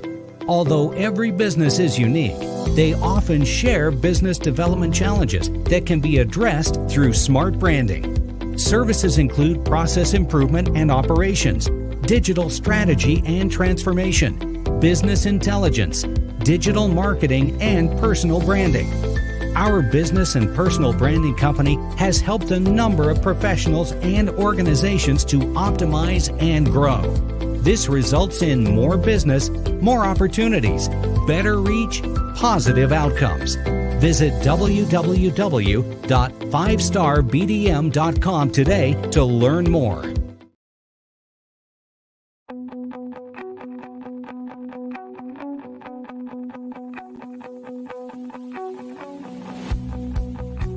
I am Black business. From the moment I wake until the time I sleep. Yes, I am Black business. I am Black business. Tell me, are you Black business? I am Black business. Do you support Black businesses? Listen, I support Black business because I am Black business. Black Business Expo, one of the largest business showcases in the history of Black business in the world. The world! Sign up today at www.blackbusinessexpousa.com or call 919-308-9090. I am Black business.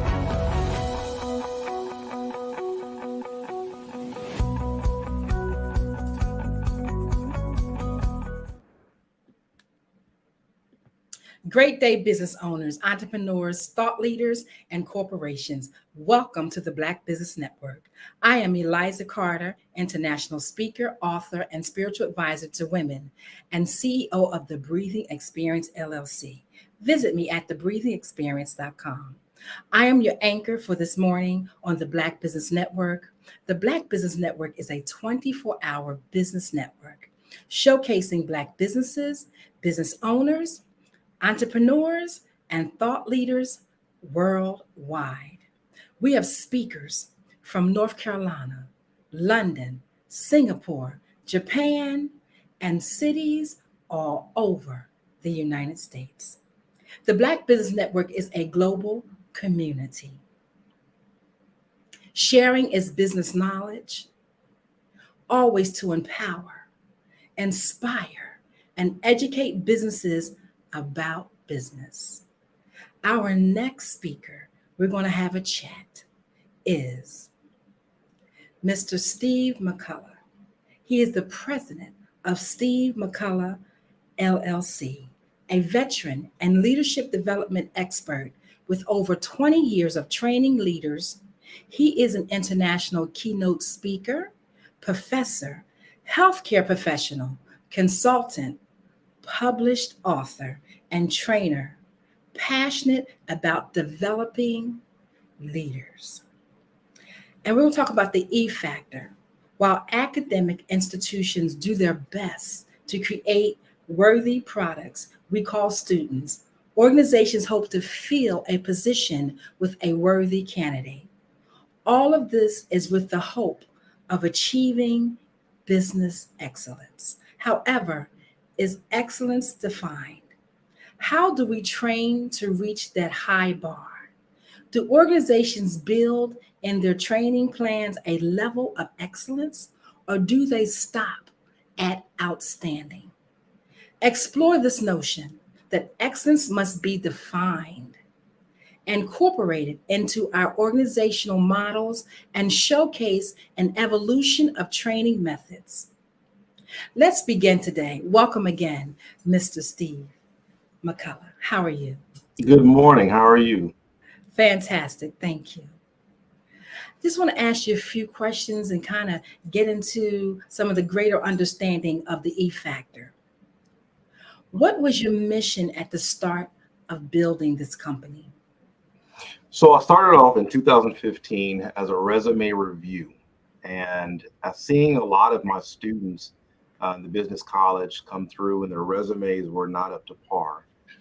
And it wasn't so much that they weren't taught, it was the effort that was put into it. And I was trying to explain to a lot of students to where if we have a lot of applicants, they're looking for anything to disqualify you. So everything from not putting, if you're going to put periods behind every sentence, it needs to be behind every sentence. If you're not, simple things like spacing and everything else. And I used to tell my students all the time, don't give me a reason to disqualify you, because I have 1,000 applicants. I have one position. I'm looking for every little thing to narrow this, the group down. And so over time, I started seeing a greater need. Now, all the time that I'm doing this, I'm still teaching leadership development. And so as I got deeper and deeper into it, working with more companies, just friends of mine just asking me, say, hey, can you help us out here and there? I said, I need to expand, what I'm doing. And, once I got into my doctoral program, our professors had told us, start your own LLC because you're going to be speaking more, when you get your PhD. And so for that, putting both of those together made me expand into an LLC. And that's where I've been going ever since. That's awesome because, I've always felt as though the challenge was putting yourself on paper and then going to an interview to present yourself in a matter of moments, you know what I mean? And showing the excellent qualities that you have. So what principles does your company totally identify with? The first principle, like we talk about with the E factor, is excellence. If you're going to do it right, or don't do it at all. Like my coach used to tell us all the time. You have some folks who really need to consider if they're looking for a job or a career. And then the other side of it is, do they need to consider what they're going to invest into it? A lot of times we don't invest in ourselves when it comes to business, and we don't really take ourselves too seriously. And that's a shame because there's some folks that, especially when I'm on interview panels, there's some folks who are very qualified. They just have not invested themselves, whether it be their confidence level or whether it be they just have not been taught, how to present themselves in interviews. There was an interview a couple of weeks ago that I was on, and the individual just literally came in. They were dressed down, and it was like, that's the beginning stage there. It's like, I can't help you if you're not going to help yourself. And that's the very beginning, from there. So again, we're focusing on excellence. We're focusing on doing it right, but also we're giving people an opportunity because, again, everybody has not had the same training. So I need to know where you're falling short, so to speak, in the opportunities. We do a SWOT analysis, and from that SWOT analysis, really dive into where we can help.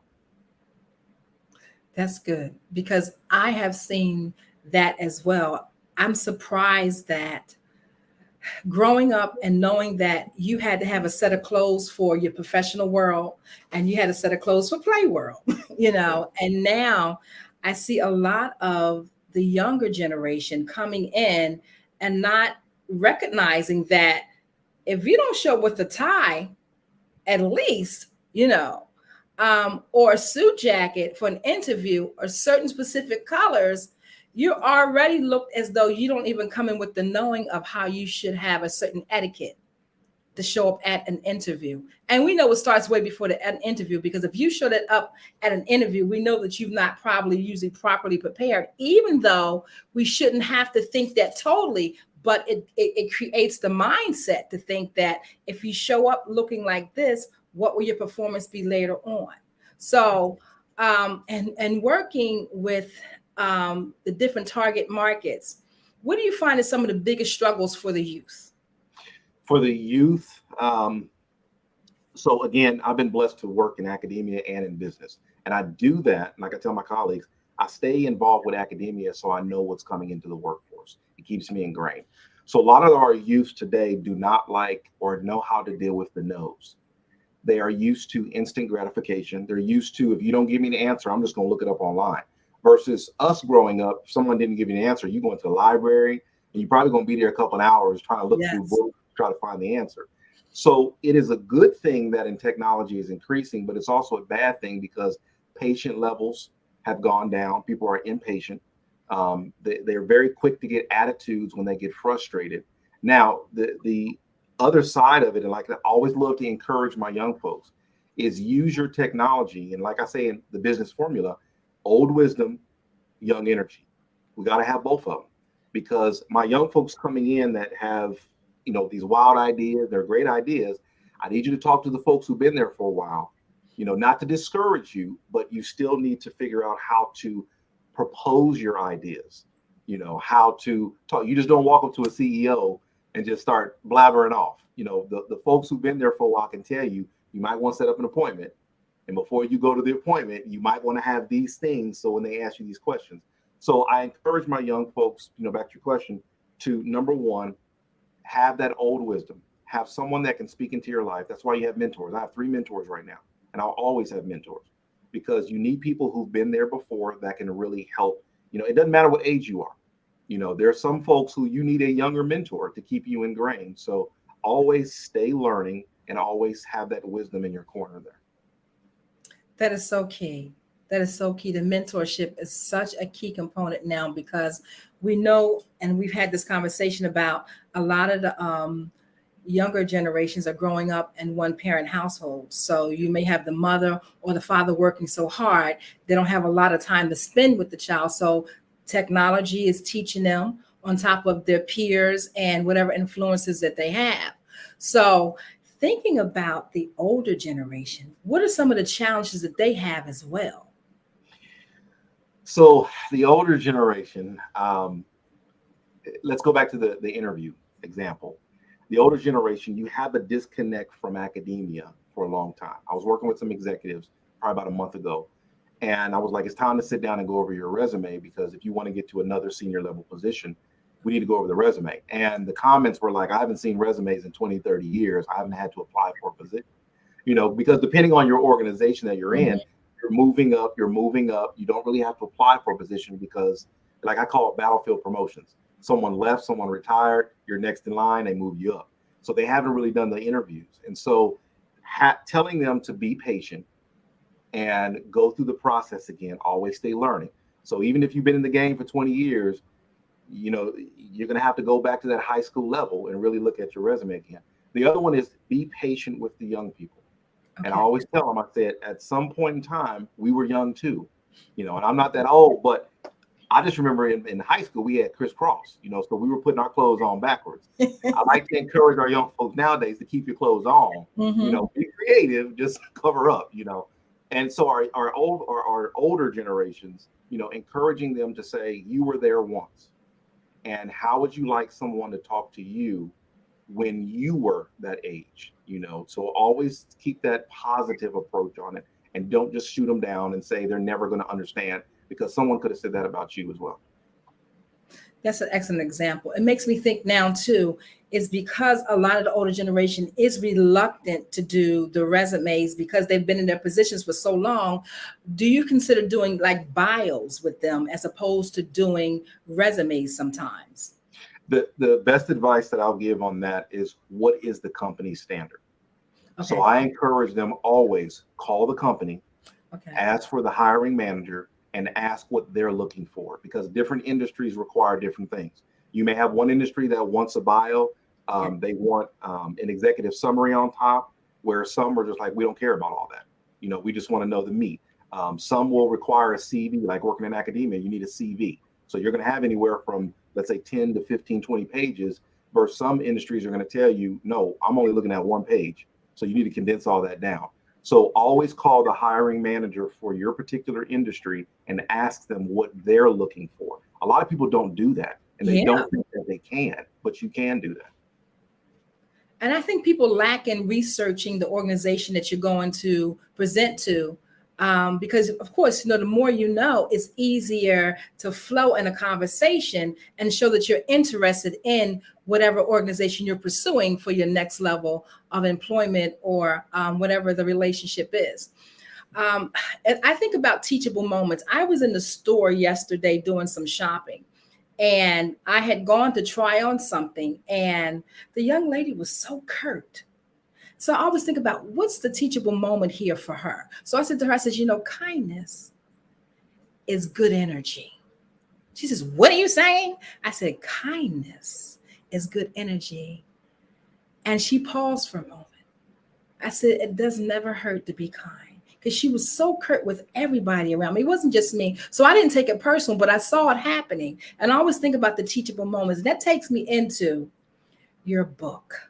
Tell us some highlights and how you created your book, and whatever else you feel as though we could actually glean from what you did when you created your book. Thank you. I appreciate that. You're welcome. So Conversation Starter, I've been involved with ministry since I was 13. And one of the things that I've been very blessed to have, my dad has always been a phenomenal Sunday school teacher, and I've always been tagging along with him as well. My mom has always been involved as well. And I really started to look at church on the business side. Okay. Now, one of the things that I deal with a lot of times when we talk about this topic is that folks don't really understand that there is a business side of church. Churches have employees. So therefore, there is a business side. And when you go to the scriptures, you'll look at how Jesus, even if you look at those disciples that he had around him, they were business-minded individuals. Absolutely. So business, God is a businessman, literally. And so first have that understanding. It's not always about the business outside of church. That's what I like to clear up first. When people think about business, they think about church, they always think to what they've experienced outside of the church. Let that go. Because in the church, we're supposed to be better. So all of that backbiting, politics, and all that mess, leave that stuff outside the church. We don't have time for that. We have to win souls, and we need to make sure people get to heaven. That's the main focus. So with the book itself, it was literally about just start the conversation. Not even trying to tell. I'm very careful not to tell pastors and churches what they should be doing and what they shouldn't be doing. That's not the point. The point is, I just need you to start the conversation. So literally, I've seen churches that started up in their living rooms. You have 5 people in your church. You have Aunt Betty, who is in charge of your HR when you got 5 people in your church. So now your church has grown to a mega church, and Aunt Betty is still over HR. I'm sorry. That is a bad business move because she does not have the experience to have 100 employees on staff and a church that large. It's nothing against her personally. It's just unless she's gone to school for HR, unless she's had some HR training, if she's just never done that before, you're in a bad business position. And HR is one of the most critical components of your organization. So literally it was, pastors, I need you to start having the conversation. The other thing is the clarity among what's teaching and training. So part of the 5-fold ministries is teaching. And so if you look at what they call Jesus, they called him the master teacher. He wasn't called the master preacher. He was called the master teacher. So if we're taking a teaching component out of church, then a lot of times we're setting up a bad precedence because he was all about teaching, not diminishing the preaching, because that's important as well too, but the teaching aspect to dive in. Now, I always like to bring up this point because a lot of folks, they look at it differently now after I bring it up. If you graduate from high school with a learning disability, as soon as you graduate, does that learning disability go away? Not at all. So we have folks in the church who can't read. So when you're putting up a screen of the lyrics to the song, or you're putting up a scripture, and we're there as a church to help people, how many people in your church can't read? And do you have a program going on that's going to help them read? So looking at all of those different aspects from the teaching and the training, and the last thing I'll say, one of the most important components of the book is making sure that our pastors know what their responsibility is. One of the things that I encourage pastors is that just like a principal in a school, I need the pastor to show up in the classroom, because in the schools, K through 12, or even in universities, the principal or the dean is going to show up in your classroom to make sure what you're teaching is on point. I'm just not going to take it for granted, because my job as the over shepherd is to make sure everything's going right. So I encourage the pastors to pop into them classrooms or ask for those lesson plans to say, what are you teaching in these classes, to make sure that it's lining up with the word, to make sure also what you're preaching on Sunday, it's also lining up, because you can't ask questions on Sunday morning. So therefore, where are people going to really dive into what you're teaching on Sunday? That's in the classrooms. So they have to be lined up, and the pastor always has to be knowledgeable of what's going on in those classrooms. So that's mostly what the book is about. Well, that's really good, because it makes me think about how are we looking at business as a whole, and coming back to the E factor, operating in those different levels of the E factor. as we continue to grow together, to unite. And I know that takes you into your community work. So you're a veteran, and our veterans are suffering. They're suffering. A lot of veterans are suffering. I see a lot of homelessness with the veterans, a lot of mental health. And then I see a lot of organizations, and I feel like we're so separated. What is your part that you play in the veterans' lives? So I'm currently also working for the Department of Veteran Affairs, and I'm honored to be able to help my brothers and sisters that bore the uniforms, as well as the ones who are still serving. And it is important that since I work in healthcare, seeing our veterans get out of the military and dealing with some of the things from PTSD to injuries that they've dealt with, making sure that they get the benefits that they deserve, especially our Vietnam vets, because they were the only group that was drafted and forced in. So they didn't have an option. Like my dad, he was an Army medic, and getting that letter in the mail saying, "Welcome to the United States Army," my dad had to go. And so making sure that our veterans understand. Now, my dad is also part of that Vietnam group that said, "Hey, son, I wasn't injured, so I'm not going to use those services, save them for that other person who needs them worse off." And it's like, no, you deserve them too. So part of what I do, not only do I help out our administrative staff at the VA, but also making sure that, again, we're teaching and training and educating our folks so that we can help the veterans and their families, which is very dear to my heart. Yes, that is awesome. Thank you for that service too. I'm thinking about how, and I know you've probably thought about how do we bridge the gap between the wisdom that those of us over 45 have to give to the younger generations in a opportunity to just constantly meet, because we know that the young folk have the zeal, but they don't have the experience. We know that they have fears in certain levels and then no fear at all on other levels, and it's like the imbalances are like so great, but there's so much great possibility and opportunity with them, and then, the older generation gets stuck in our ways, and it's like, so how do we, come out of saying, building a mentorship in the way that we're more easily accessible to the youth? Because that's what I'm looking for. How do we become more easily accessible to the youth in the format of the religious organizations? If you were to speak to a pastor and he'd say to you, "Steve McCullough, how could you help me bridge that gap?" What were some of the things you think that you could do in building up the leadership qualities in both of those different target markets? Growing up in Cincinnati, Ohio, Brother Cortland, I'll use his name because I just got through talking to him about a week ago. Okay. He's in my book. And back in our church, back in the 80s, if you got caught as a kid in the hallway, probably about 5 minutes later, you on the stage and you're in a choir robe and you're singing. And I did not want to sing. So Brother Cortland, he was in charge of our camera ministry. And so he was like, "Come on with me." And so I think I got up there when I was probably, 10. And from that time on, even after I left graduated high school and went on to college, I would still come home and I worked on the camera crew with him. And so that opportunity that he afforded myself and several others to be a part of what's going on every Sunday encouraged us. It wasn't just, "Oh man, we're going back to church. I got to sit there and listen to something I don't even understand." It was, "No, I got to get to church because I got to get on that camera." And it gave me a sense of purpose. And we had meetings before service started. So he taught us business meetings and how to set up your equipment, how to take care of your equipment. So all of those things, even at the age of 10, I'm learning those things in church. And so I have to impress upon pastors that don't always complain about the young folks, give them opportunities. So if there's a need in your church, just start by making a list of everything that you need in your church and go through that list and see where young people can fill those gaps. And if they can't fill the gaps by themselves, then you line them up with someone, an older adult, who teach them how to fill that gap. Mm-hmm. You have to stay in tune with what your folks need.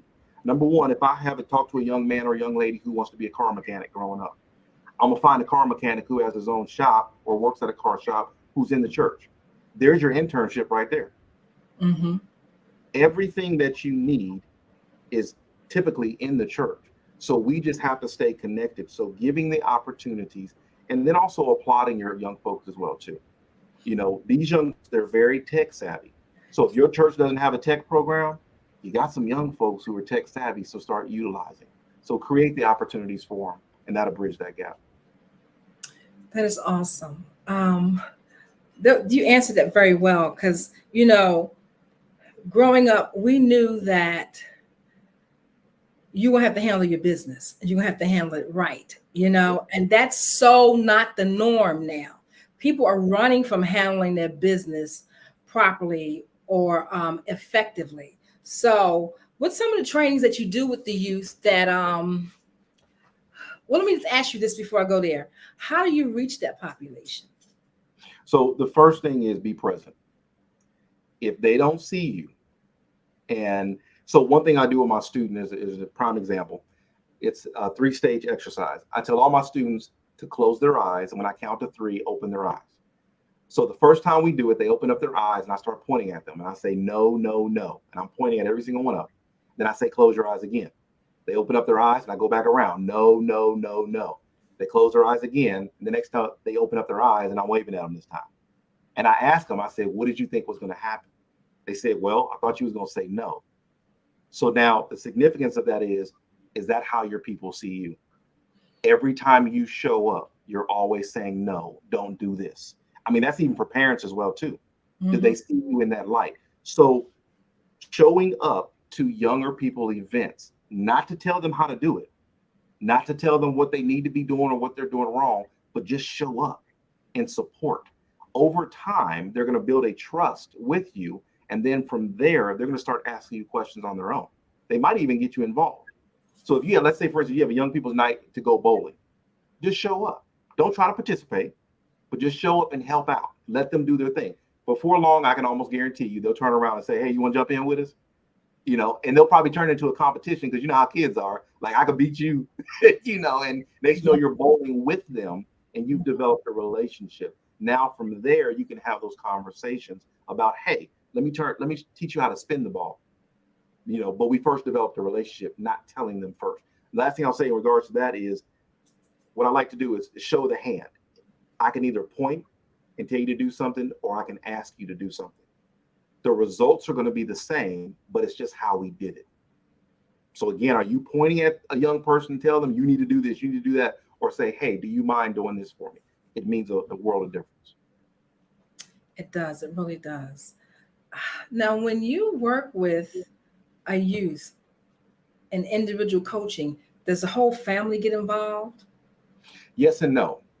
Number one, if I'm working with a minor, of course, the family has to be involved because I want to make sure the parents know exactly what's going on. And then also, too, I like to bridge that gap. I remember I was coaching high school, and all my high school football players, I'll say 90% of them, not all of them, they were on the honor roll. And I remember a lot of the parents came up and said, how are they on the honor roll during football season and they're not during the rest of the school year? And so I started laughing, and my athletes, they were just like, don't ask coach that. And so I remember one of the moms was like, what are you doing to my child? And so I told one of my athletes, I was like, explain it to your mom. He said, coach has us bring our report cards up. And if you have an F, you running all day long. If you have a D, you're going to run about 8 laps. If you have a C, you get 2. And then if you have an A or B, you're good. I said, hey, simple solution, you know, but I'm showing my athletes that I actually care about your education because our coach cared about our education, and I can pass that on. So those examples of including the parents and letting them know I care about your child's education, because not everybody's going to make it to the upper levels. There's life after sports. So that's one example. The other example is when we start talking about sensitive subjects like learning disabilities or just, I don't like school. I hear that a lot. Yes. It's a matter of why don't you like school?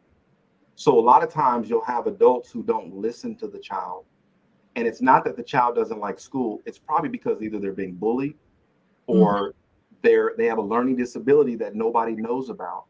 And unless you're having that conversation to really talk with them, then you're not going to know what's really going on. But just don't push them to the side. Again, I had a great upbringing and I was always a talkative kid, if you can't tell. That's part of what I do for a living. And my mom, instead of shooting me down, she said, grab a notebook. And when you want to have a conversation, I want you to write your thoughts out and then come to me and we'll have a conversation. And I remember I just started doing that. And I would look at the words that I wrote. And a lot of times I would think to myself, like, I don't have to have this conversation because I have my thoughts. They're not clear right now. So again, working with your youth is highly important. It really, really is. And there's so much to learn in this life. It's just so much to learn and take in. Do you actually have a mentoring program for the youth?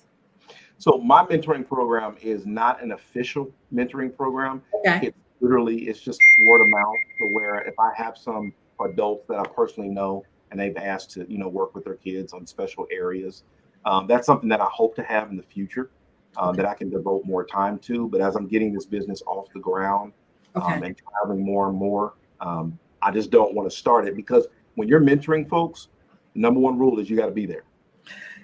If you tell somebody you're going to be there, then you make sure you're going to be there. So if you can't commit 100%, don't say that you're a mentor, because that will cause more damage than them not having a mentor. Okay. So have you really ever gotten any youth that have had terrible experiences with mentors? Yes. Okay. Yeah. So I came into the VA through one of the best administrative residency programs. And so this was my first year in my master's program. So I'm probably, I want to say about 23, 24.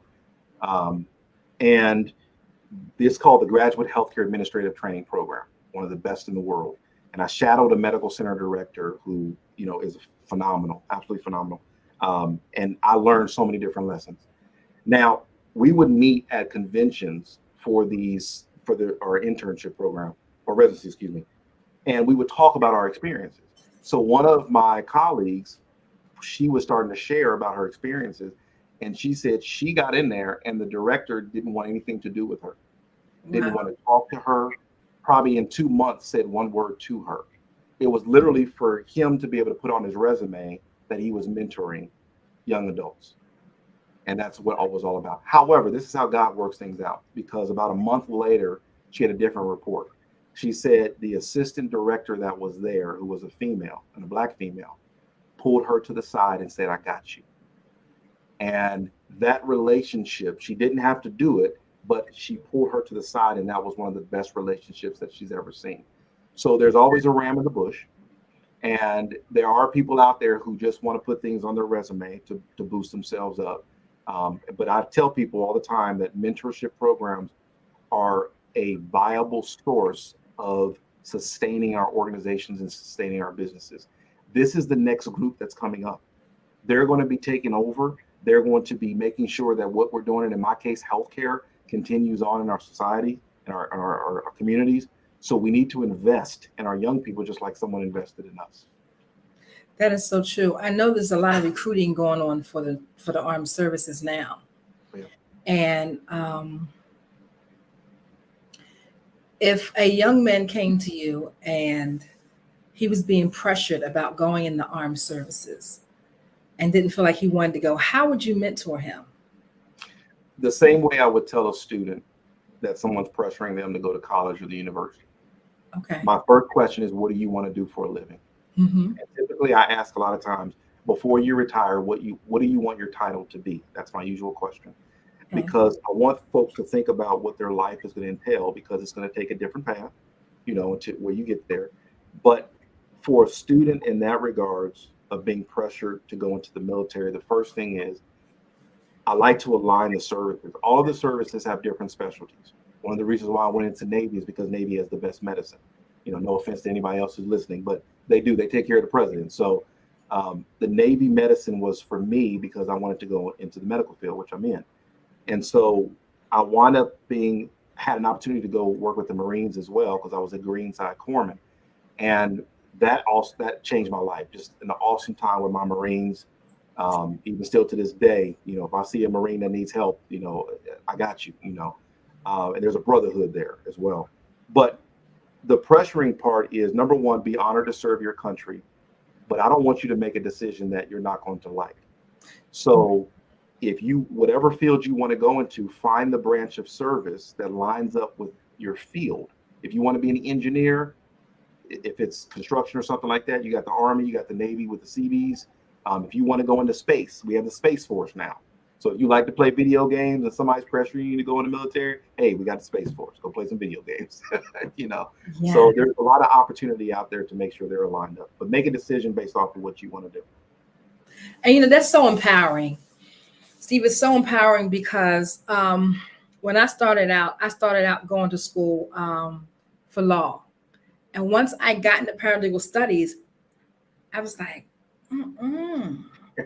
I like to do a lot of research, but I don't even like the manipulation of the law. I'm just like, this is too cutthroat for me, because I really knew at the age of 10 that I had a counseling gift.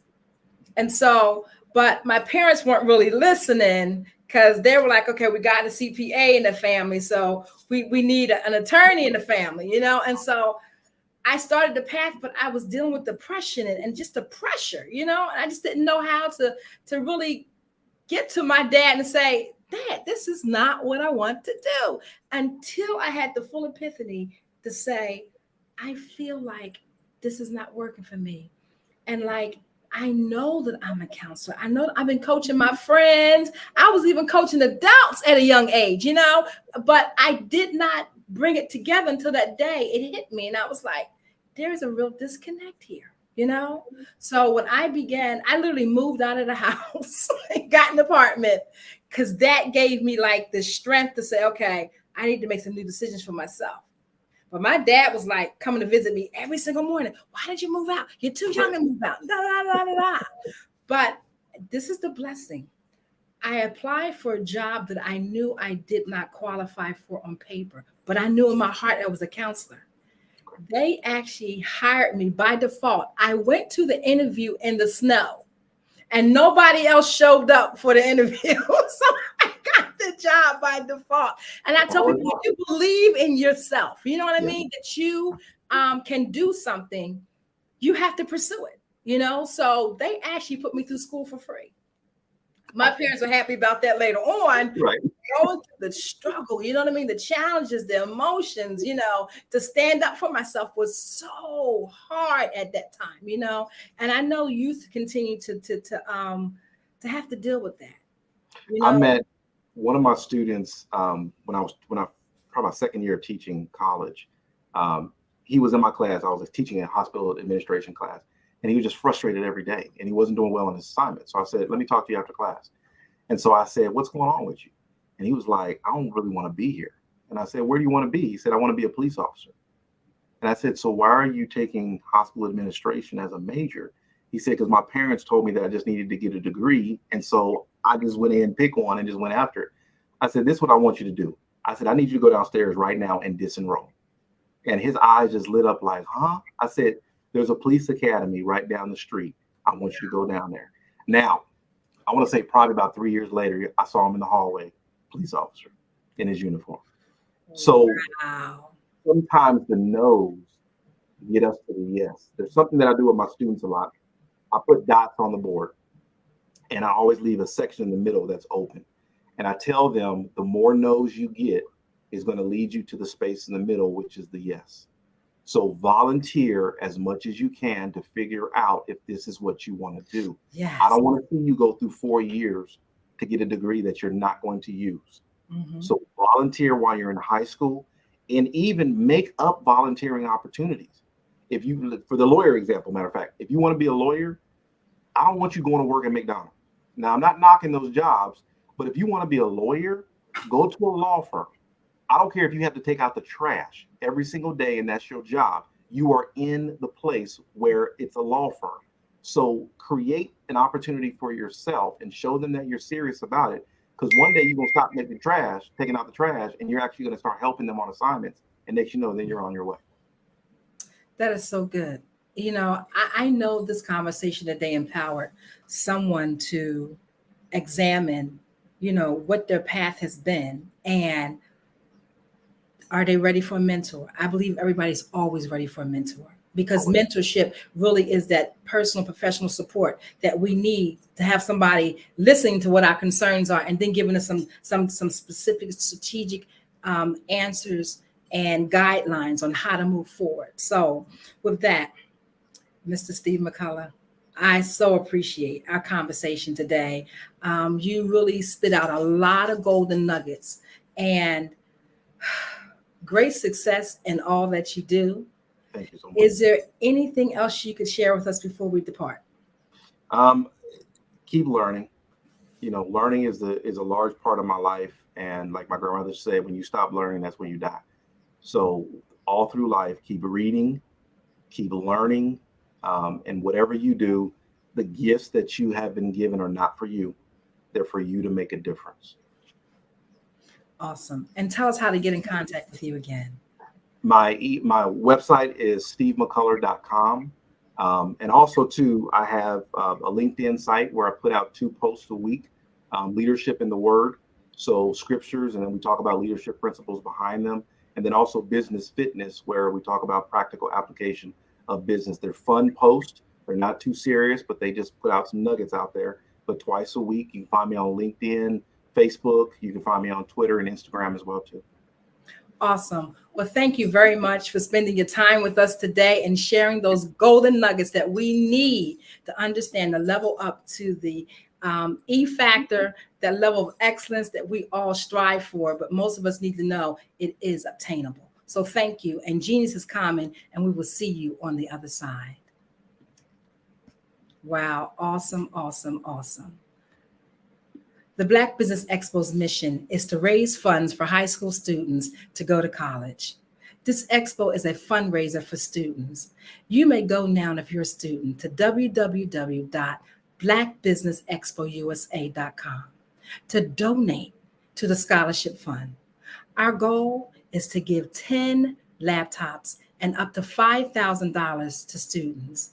And students can register now online, www.blackbusinessexpousa.com, or look on the screen for the Cash App. We want to thank our Black Business Expo USA sponsors for June of 2023. We have NC 100, Moody Capital Partners, Suede Soul, Lotus Richey Coaching and Training, Carolina, Virginia Minority Supplier Development Council, Step Management, BHS and Associates LLC, Margie McLean Foundation Inc., Mullane Shane Global, Levelless Business Strategies, The Breathing Experience Academy, Earth Essentials, Genius is Common Movement, Quality Coaching Consulting, Creative Force Studios, The Entertainment, Artistic App Design, Kelly Service Agency, and Black Business Expo USA. Genius is common, and I will see you on the other side. Did you know that approximately 333.34 million businesses exist today, according to a report from 2021? And you may be one of those businesses, or maybe you're not in the business market yet, but you're aspiring to be a business owner. Well, guess what? You're in the right place at the right time. Because let's face it, everything is about timing and opportunity. Hi, my name is Dr. Lotus Richey, and I'm the CEO and founder of the Lotus Richey Coaching and Consulting LLC, along with the Lotus Richey Ignite Show. 15 minutes of success with Dr. Lotus Richey, as well as books to boom your business and bring who you are. And today, I want to bring this amazing message to you about the Black Business Network, and the Black Business Olympics. See, the Black Business Network and the Black Business Olympics is designed to help people just like you, that's right, that look like me, to take their business to the next level. Not just in your front yard or your backyard, but globally. The Black Business Network and Black Business Olympics is designed not to just help you survive, but to help you thrive. So join us today as we come together with businesses all around the world to support our students, our children, our young teens, our young entrepreneurs. What we do is we come together to help raise funds for students who are aspiring to be business entrepreneurs, who are aspiring and who are thriving in college. We endow them with a wonderful opportunity to gain scholarship of either a laptop or several thousands of dollars. And we invite you to help be a contributor to this amazing opportunity to help someone that looks just like you. So join us today at our website and let us connect with you and help you ignite and take flight in every area of your life on the Black Business Network and the Black Business Olympics. I'll see you on the other side.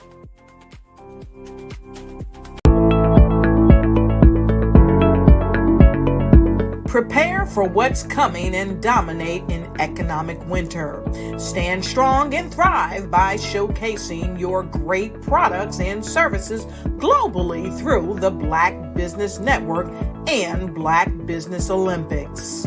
The Black Business Network has showcased over 2,000 companies with over $7 billion in sales each year. Over 10 million attendees have viewed the rebroadcast each month. Through the Black Business Olympics, unique styles of business training and mentoring are turning students into business owners and entrepreneurial warriors who will dominate in any economy. Gain the ultimate advantage of the Black Business Olympics, 7 days of unbelievable topics and speakers speaking around the globe. Donate your time and experience to provide expertise and scholarships to students worldwide and change the world. Now, more than ever, new insights, tools, strategies, and capabilities are needed. This is your chance for a major presentation to the world. Fill out the form and join the more than 2,000 speakers who have presented to over 200 countries. Join the Black Business Network streaming live into the Metaverse, STEM City, Black Multiverse Enterprises, Hulu, Amazon, YouTube, iHeartRadio, Apple, Facebook, LinkedIn, Pod TV, IBM TV, Spotify, and Google Podcasts. Sign up today. Spaces are limited, and we will see you there.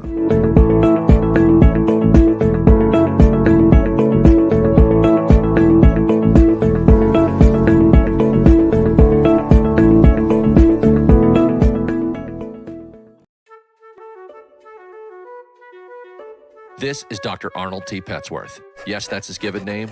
No, don't look into it. He's the owner of Petsworth Vet World, a veterinary clinic in Hopton, Connecticut. His patients include dog, cat, turtle, cat,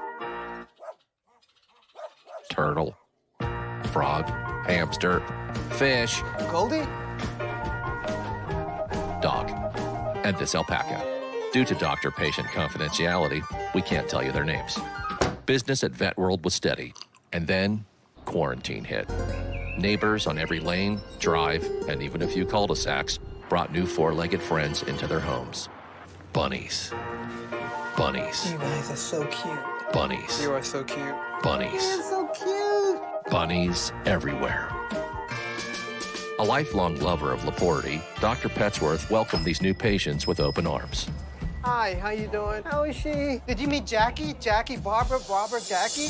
This is Betsy. The only problem? Okay. There were more appointments than he could manage. Yes, I'm gonna get to you. Give me a second. We're gonna get you in real soon. Don't worry, all right? And then...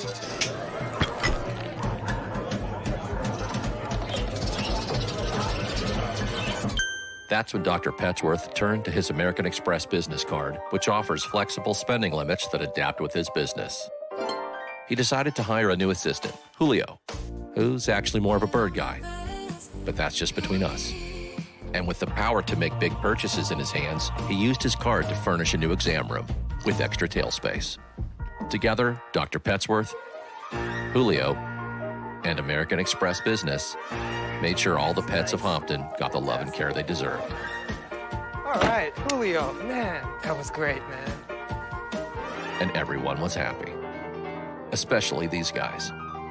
Get the card built for business by American Express.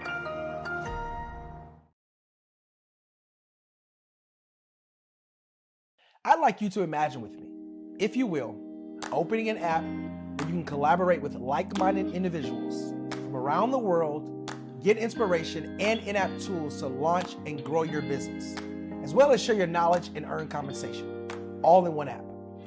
Well, the name of that app is Truso, short for Truly Social. Hi, I'm Matthew Newman, the founder and CEO of Truso. A new concept in social media, Truso is designed from the ground up to be a platform that's both social and empowering for all its users. How exactly do we do that? I'm glad you asked. First, Truso brings the world together via video. Psychologists assert that video provides a significantly more effective connection than audio only. When you enter a community on Truso, you're face to face. Second, on Truso, you don't have to have 1 million followers to monetize. Our business model allows all hosts and moderators to monetize, no matter the size of your following, by 1, producing fee-based content, and 2, inviting others to join the platform as subscribers. Even more, Truso has an in-app resource library with over 100 free resources, forms, and documents to help you build your brand and grow your business. Third, Truso is inclusive. The deaf and hard of hearing communities make up 360 million people worldwide. Unlike audio-only apps, Truso embraces this community, providing a networking platform that allows them to participate via video and closed captioning. We even have a deaf and hard of hearing foundation in the works as well. Fourth, Truso is both social and safe. We refer to Truso as a virtual extension of the beauty shop, barbershop, and brainchild of the community. A place where there's laughter, along with wisdom, growth-oriented conversation, and genuine connections in a safe space. Truso even has proprietary security to ensure we maintain a safe environment for everyone. Where are we at now? Truso is live, y'all. We've launched in beta and we're acquiring users daily. We have an incredible development and marketing team, plus amazing celebrity influencers at the table, helping us spread the word around the globe, beginning within the African diaspora and beyond by creating a safe space for growth, connection, and collaboration. We're truly excited about Truso. We've created something special for which there is a global market. And we invite you to embark on this journey with us as a shareholder. The future for Truso is truly bright. Join us and let's go there together.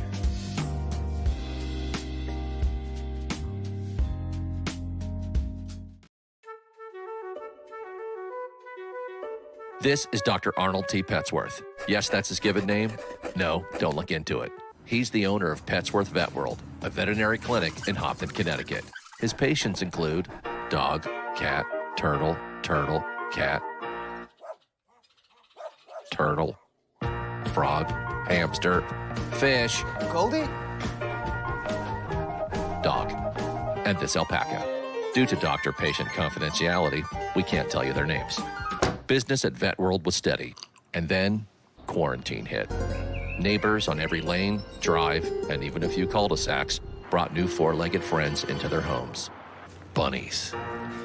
Bunnies. You guys are so cute. Bunnies. You are so cute. Bunnies. You're so cute. Bunnies everywhere. A lifelong lover of laboratory, Dr. Petsworth welcomed these new patients with open arms. Hi, how you doing? How is she? Did you meet Jackie? Jackie, Barbara, Jackie? This is Betsy. The only problem? Okay. There were more appointments than he could manage. Yes, I'm gonna get to you. Give me a second. We're gonna get you in real soon. Don't worry, all right? And then...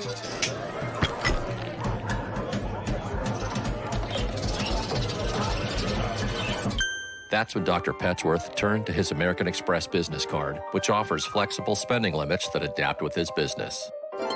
He decided to hire a new assistant, Julio, who's actually more of a bird guy. But that's just between us.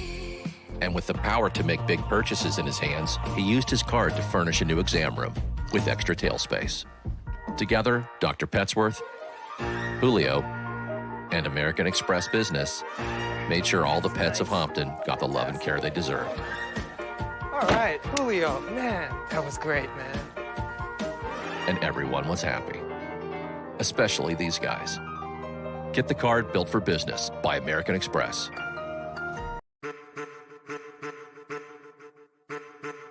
I am a child of the Most High God.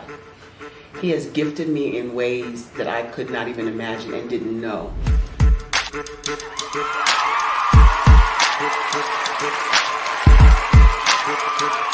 There was a time when I didn't know who I was. I listened to other people tell me who I should be, what I should do. I listened to people telling me that I should be a boutique owner, that I should be a construction manager, that I should be a laborer. Have you ever felt like you should do something else, be something else, go somewhere else, be wherever you wanted to be, and you felt like you were in a box? Anybody in the room? And you couldn't get out? Anybody in the room? And you kept trying to go and you couldn't get out? Anybody in the room? But let me tell you, you need to rock the box. Rock the box.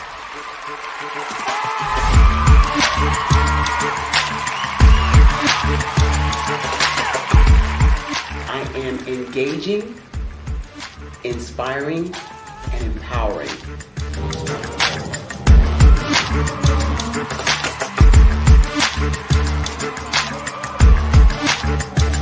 I would give you everything I know. Just by touching you, if I could, by osmosis, give you every single thing I've learned, I've gone through, I know I would. We know that's not possible, but as it is possible, I love to share information with people. Some of you out there, people have told you that you can't be, you can't have, you can't do. But I will tell you, like Kingston said, you can, you must, and you will. If it's to be, it's going to be me. You got to say it. If it's to be, it's going to be. If it's to be, it's going to be. If it's to be, it's going to be.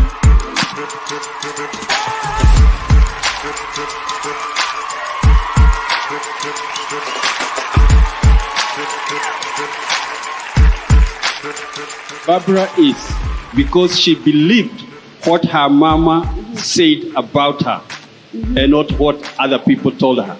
Every day you wake up, when you're in a situation, it's your choice whether it's an advantage or the disadvantage. She gained her confidence and her life, and now she is a testimony. If I can help you elevate yourself, then I feel like I'm elevating my own self as well. What you know and I know together can change the world.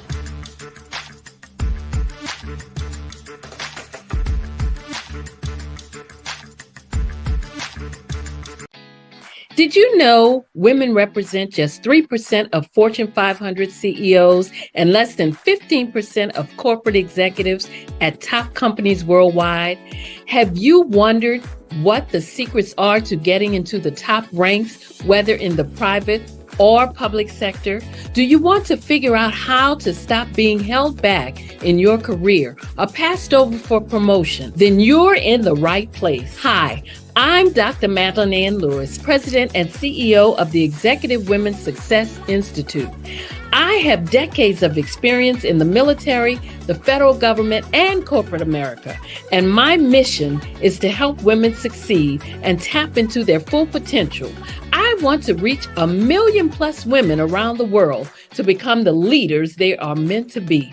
So if you want to move into a management or executive level position, or maybe you are a female veteran transitioning out of the military into business entrepreneurship, then reach out to the Executive Women's Success Institute at 301-693-3284. Let us get you on the fast track to success.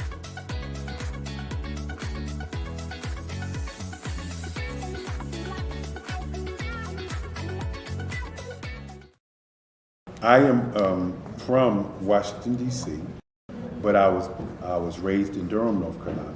I came to Durham when I was about 5 or 6, and then I traveled back and forth to D.C. because it's where my people are from. One of the unique things about my family is my mother, she's also an artist. She does quilting, and she does a lot of artistic things. And then my son, he draws with both hands, his right hand and his left hand, like I do. So that's kind of a family trait. And then my other son, he's a videographer, and my daughter, she works, she's a regional vice president for Sunglasses. When you start out drawing and sketching, you want to continue to explore, you know, each avenue. I do pastels, I do pen and ink, I do painting, I do acrylics. I haven't done oils yet, but I try to do all facets of art. What I say to a lot of times to people is, you know, you can't put yourself in a box when you're an artist. You have to explore. And over the course of my life, I've tried to explore different mediums. I also do sculpture as well.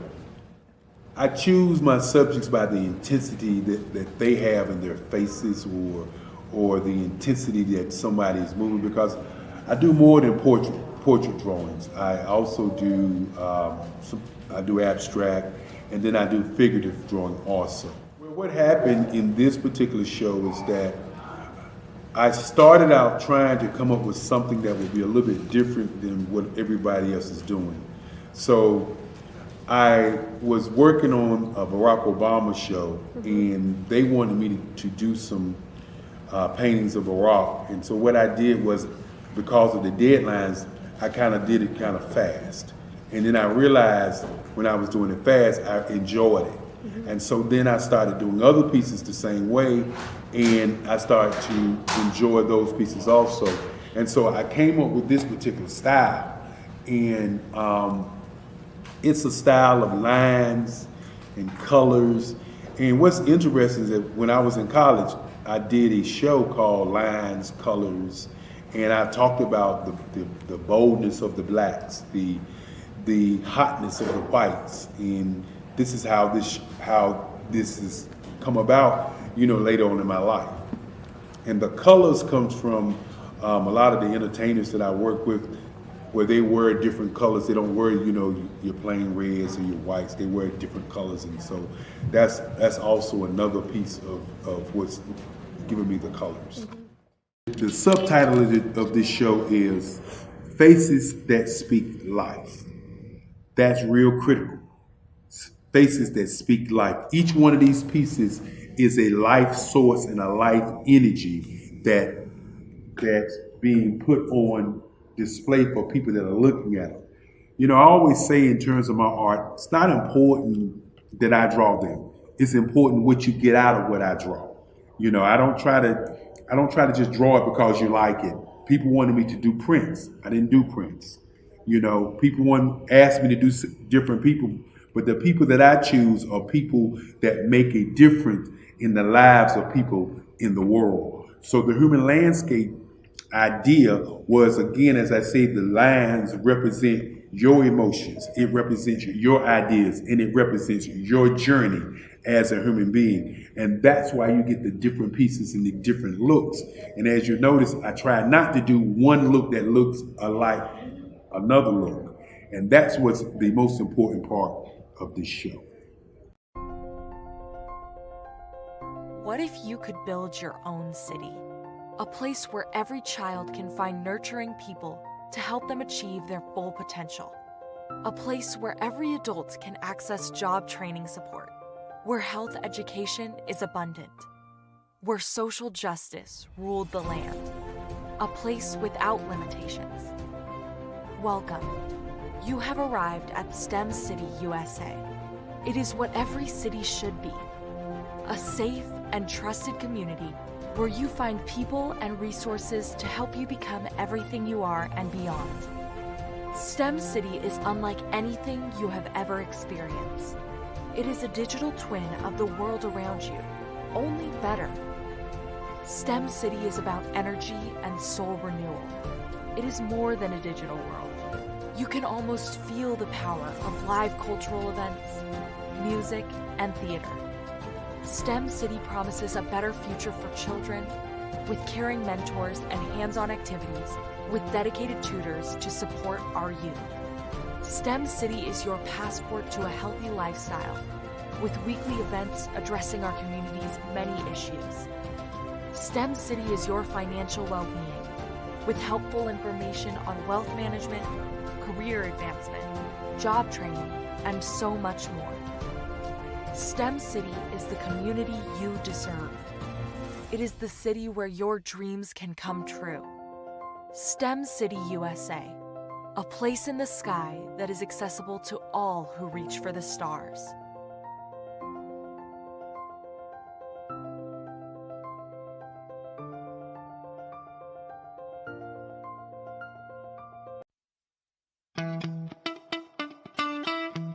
How many times have you been asked to help someone you didn't even know, a student, a business entrepreneur, or did you ever even ask, where did they end up? That business, that friend, that entrepreneur. Well, just maybe they ended up in a gang, bankrupt, homeless, or worse, dead. Maybe they turned to crime, drugs, and alcohol. Did you ever wonder? Did you destroy their dream, or was your life always so easy? At the Black Business Olympics, we started a movement to help students complete. Give them hope and foster success. Help them to leave their dreams of providing laptops, computers, and up to $5,000 in scholarship funds. Today, we ask you to help a student, a business owner, or an entrepreneur to realize their dream by sponsoring them, supporting them, and buying from them. Consider this. With $1.6 trillion in our Black community, we only ask for a small donation for our students, our businesses, and our entrepreneurs. And you can change a life today. So I ask you, what are you going to do? Sit on the sidelines and watch our students in high school be losers, miss out on their dream from lack of resources? Or are you going to donate to the movement and change their future and yours as well? Give us a call today at 919-308-9090. Change their life by investing with action to the Black Business Olympic Fund. The Black Business Olympics, one of the largest business showcases of Black business in the history of the world.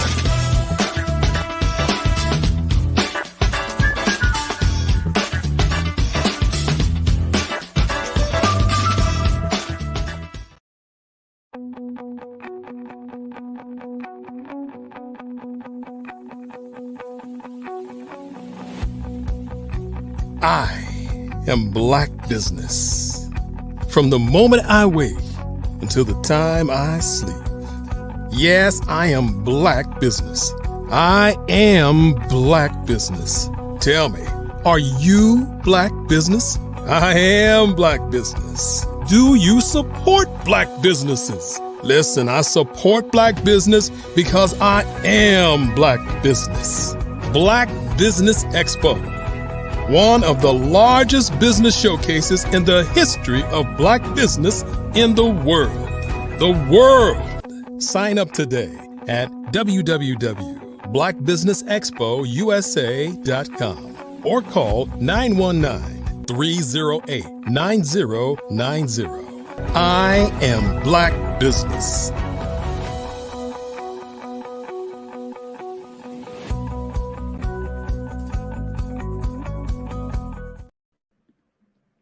Great day, business owners, entrepreneurs, thought leaders, and corporations. Welcome to the Black Business Network. I am Eliza Carter, international speaker, author, and spiritual advisor to phenomenal women, and the CEO of The Breathing Experience. Visit me at thebreathingexperience.com. I am your anchor for this morning and the Black Business Network. The Black Business Network is a 24-hour business network showcasing Black businesses, business owners, entrepreneurs, and thought leaders worldwide. We have speakers from Carolina, London, Singapore, Japan, and cities all over the United States. The Black Business Network is a global community, sharing its business knowledge to empower, inspire, and educate businesses about business. Today's speaker, we're going to have a chat, and this is Mr. Charles Cathcart. He is the Chief Executive Officer of the African Diaspora Maritime, a North Star for a nation's worth of people. The ADM can create wealth through sales of uniform, for example. The Nigerian World Cup team of 2018 rode the popularity of the Black Panther and sold 3 million jerseys at $90 each. In 3.5 minutes, creating $270 million. The African Diaspora Maritime Wealth. We will build the Greenwood 2.0. This is outlined in the ADM2, the Crafty City jersey hats, the stickers. Go to www.admsailing.com. I want to welcome you, Mr. Charles Cathcart. How are you doing today, sir? Thank you so much. Thank you for having me. And I really appreciate everything that you just said. It's going to be so easy for us to do macroeconomics and create Greenwood 2.0, which is our goal. Awesome. Can you give us an overview of your background? Sure. So I am just like everybody else who's watching. I grew up in America. My parents grew up in the segregated South in North Carolina. They went to A&T, and he joined the Army, and we traveled as a family. I actually lived in Iran for about 3.5 years and spoke Farsi when I was a child. They retired to Ohio, and I joined the Marine Corps and went and got my education through the Marine Corps enlisted commissioning program, and got out from Cuba and got into the maritime industry and shot up exponentially by going to Newport, Rhode Island, crewing on the boats there, racing against people at Salve Regina, and then being invited to crew on retired America's Cup boats. And being young, fast, bigger, stronger, and quick, I was invited to the active America's Cup team from the famous Shamrock 5. And during that time, I just said to myself, we're going to have African Diaspora Maritime. We're going to have a Black team for the America's Cup. And so now we're here on the doorstep, and we figured it out. We've been making Nike and Under Armour and Adidas rich, but when we sell our hats, jackets, and T-shirts with this beautiful logo on it, people are going to look at that. Yeah. They're going to say, this is us. And we've made it really easy for people to look and say, that's a bumper sticker. Okay. And here's another one. And with a team like that, that becomes the Jamaican bobsled team based in America. The Jamaican bobsled team had a movie, but that was in Jamaica. So they get the benefits of that. We got to watch. But right now, when we're racing these yachts, we're going to teach the math and science behind the high-tech sailing and the history of the Black mariner. So it leads us to create more academics, more hope by learning about who we are as a people. And then we inspire ourselves to expand our job opportunities, because the boats are made out of carbon fiber, laminates, high-tech material, resins, and polymers. And the designing and building these boats is nothing but a science project. So we have to produce people that can get into MIT like it's nothing. And we have to produce people that can read the books on the history of the Black mariner and realize that we have our own history. This guy here took a boat during the Civil War and he stole it from the South, the Confederates, delivered it to the North. That is State Senator Robert Smalls. And he went on to become one of the first Black senators in America during Reconstruction, went back to South Carolina and bought a mansion where he was enslaved. And then the mistress of the house was wandering around South Carolina looking crazy. The war had ravaged people. And he was magnanimous enough to bring her back into the house and let her live out her days. He's better than me, okay?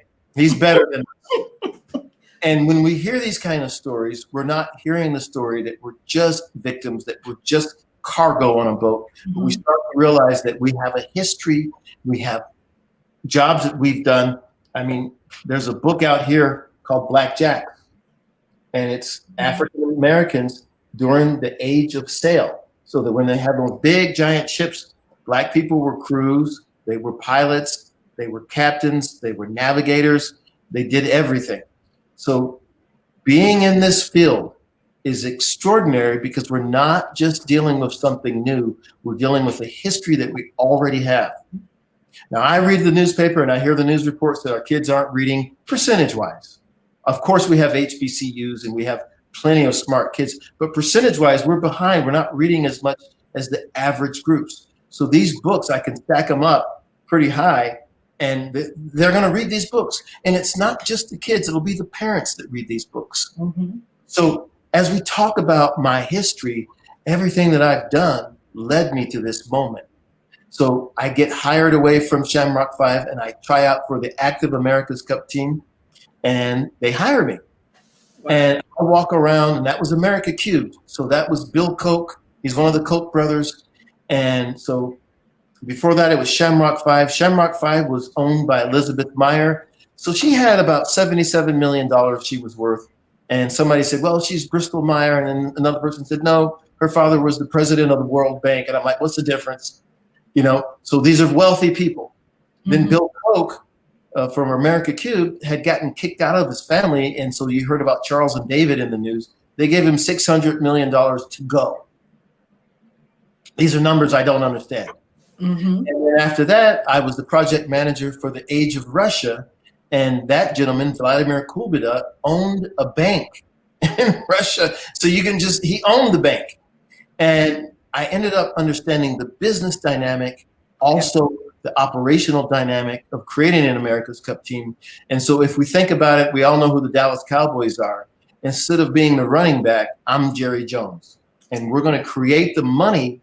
And so we know the Jamaican bobsled team had a movie made about them. Right? That was several $100 million.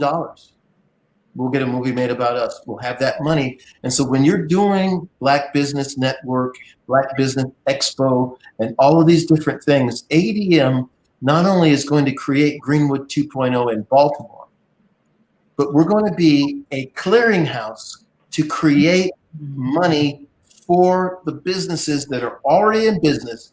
And they're going to get a hold of us through the Black Business Network, and we're going to write checks. And we'll have no problem writing $200,000 checks 3 times a quarter for the rest of our lives. Because if we sell 3 million jerseys at $95 a piece, because my jerseys cost $95, that's $285 million. I love that jersey. That's nice. I love that jersey. Yeah. You love that jersey. And we've got the little crab on the bottom, right? And there is going to be a women's team. So you're going to see the first Black woman skipper in the America's Cup. Okay. So these are the kind of things that will inspire us, because we, you know, sometimes we get depressed when we're just by ourselves and we walk around town and we look and we see the things we don't like to see. But when I get on the Black Business Network, I'm so inspired, and I realize that there's so many brilliant people out there that even if I'm sort of like, oh man, I don't feel so great, There's so many brilliant people. And so Dr. Kelly says, genius is common. He's telling us something. Mm-hmm. No matter how many times that we feel sad or depressed or we hear this bad news, there's so many geniuses out. So he interviewed me. I think Mr. Wormsby interviewed me earlier in the week, last week. And the guy was just so smart and so fun and so capable. And you just start realizing that Dr. Kelly is a breeding ground for getting people together who would otherwise really not know each other, feel like they're isolated and alone. But we're not alone, we're not isolated, and he's doing an extraordinary job. So back to the America's Cup. So now we have an AC40. We're going to christen that in September. Okay. And when we do that, we'll have a ceremony. We're going to have people speak about the history of the Black Mariner. A lot of people don't know. You can go to the website at admsailing.com. Mm-hmm. Read about Richard Etheridge, or you can see his movie clip. There's a movie called Rescue Men. These guys were in South Carolina in an all-Black Pea Island rescue station. And when the boats wrecked back in these days, it was like a plane crash. And people are out on the water, they're in a life jacket, but you've got to get them out of the water to shore. And he started producing an amazing record with this little Pea Island area, rescuing people off of these big ocean ships. And today, recently, the Coast Guard named a Coast Guard ship after Richard Etheridge, born a slave, training an all-Black crew. I will tell you, how proud can we be, right? So when we christen our boat and we're doing our thing, we're going to bring the Coast Guard. We're going to read a commendation to Richard Etheridge, and we'll have a family member there, and we'll make him the safety officer for ADM in perpetuity. There's no question about that. That is right? awesome. How could we not honor these people, right? And so one of our chairmen, and I laughed when I saw him because they said, he looks like you. And I'm like, no, I look like him. That's Admiral Samuel L. Gravely Jr. Wow. The Navy's first Black admiral. Okay. He was our chairman. So when I was in San Diego, California, I said, I'm going to put together this team, African Diaspora Maritime. So we're at the San Diego Yacht Club, and the Vice Commodore was Sandy Purdon. And Sandy said, oh my gosh, you've got to meet somebody. I call him Uncle Sam because he used to babysit me when we were in the Philippines. He calls it Uncle Sam. You got to meet Charles Kithcart. He's putting together a team featuring Black sailors. And it was Admiral Gravely. Sandy Purdon's father wrote that book. It's called Subchaser 1264. And it was written by Eric Purdon, Black Company. And these were the first Black naval officers. Eric Purdon, Sandy Purdon was the son. So you don't know who's your friend and who's your ally. We can't think somebody doesn't like us or doesn't want to work with us. He was thrilled. And so when you get this kind of situation, we have the first Black admiral who was the chairman of ADM. So certainly the Navy honored him and named the ship after Admiral Gravely.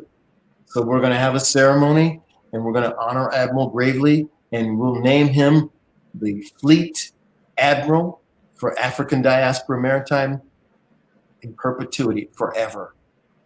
Forever. That's beautiful. That is awesome because now he's still alive? He passed away in 2014, but he's 14. Okay. 2004, excuse me. Okay. A giant of history. Okay. That his legacy and his weight and his worth and value is staggering. Okay. And now when we introduce and have the first Black woman skipper for the AC40, she's going to be on the cover of Essence magazine. Absolutely. She's going to inspire our young ladies. And we have to think about this and think about our heroes that we're going to create and put on display. Okay? Yes. And when we do this, we're going to put a challenge out to our young people and old that we have to read more, we have to learn more, we have to do more. We have to keep pushing. We have to, yes. So ADM has 8 separate sets of uniforms. Okay. So what we're going to do is we're going to use the same template that FUBU used. And FUBU was making $350 million a year for 8 years in a row.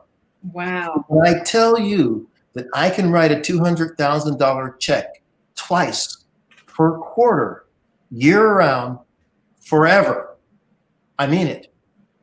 And if we sell $350 million a year after we do the 285 and we start stacking up this money, we become Nike, Adidas, Under Armour, right? And then we can start creating our own clothing line across the board, and we can rival Nike. Nike's a multi-billion-dollar company.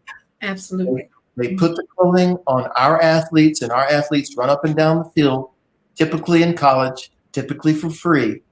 And people buy that jersey. And if you go and turn on the news and turn on the highlights, you'll see that stadium is filled with the team colors. And they're already using this model. So we have to learn it, use the business model, create the wealth, and then we have to disseminate that wealth. And that's what we're going to do. So will I have a couple nice things? Of course I will. But if we write checks and spend it and create more, we'll have Greenwood 2.0. They celebrated Greenwood a couple of years ago, maybe it was last year, and they put it on the news and they said they burned down Tulsa, Oklahoma, but there's all these businesses in Greenwood. I'm like, why don't we build it again? Greenwood 2.0. So what we're going to do with the money, I'm in Baltimore, so we're going to have something called Craft City. And we're going to fund it when we sell 3 million jerseys.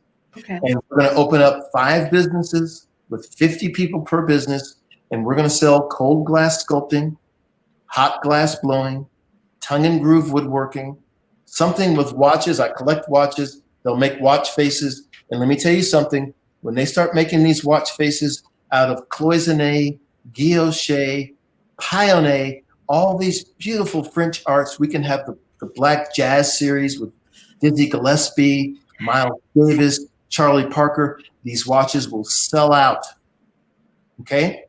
That money will fund that. And we really understand who our business partners are and our customers. They're the same people that marched for George Floyd all over the world. Mm-hmm. We will never be able to fill all the orders. We'll be on back order for the rest of our lives because people want to help the African American community, but we have to offer something that's beautiful, that's thoughtful, that's viable, that's gorgeous, and they'll buy it.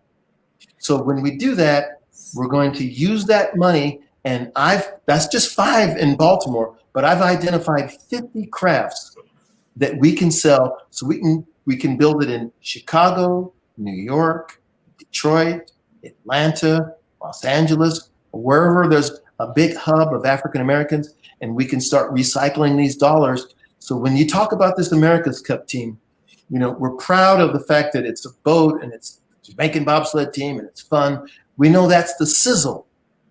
Right. But the steak is to revitalize Black economics so that we're viable from neighborhood to neighborhood. Yes. So Dr. Kelly, you know, he's extraordinary.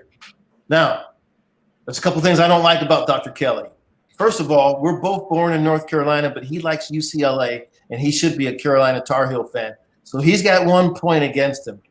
And then Mr. Wormsby interviewed me last week, and he was from South Carolina. And, you know, Carolinians from North Carolina, we don't even recognize South Carolina. I thought we took it over already. But we're going to get past all that, and we're going to share this money, and we're going to create more things. We're going to have fun with each other. We're going to joke with each other. We're going to laugh with each other. And even you know, I can't wait to meet you in person. Absolutely. I'm excited when I hear that you're in Baltimore, because I've read a lot of statistics about Baltimore and how the youth really need a drawing card. They need something to, and you already have the keys in place, you know, right. to get them to the level of exploring the greatness inside of them, being able to understand the genius inside of them, because just getting on the water alone is so soothing, you know? And just to think that you could create a yacht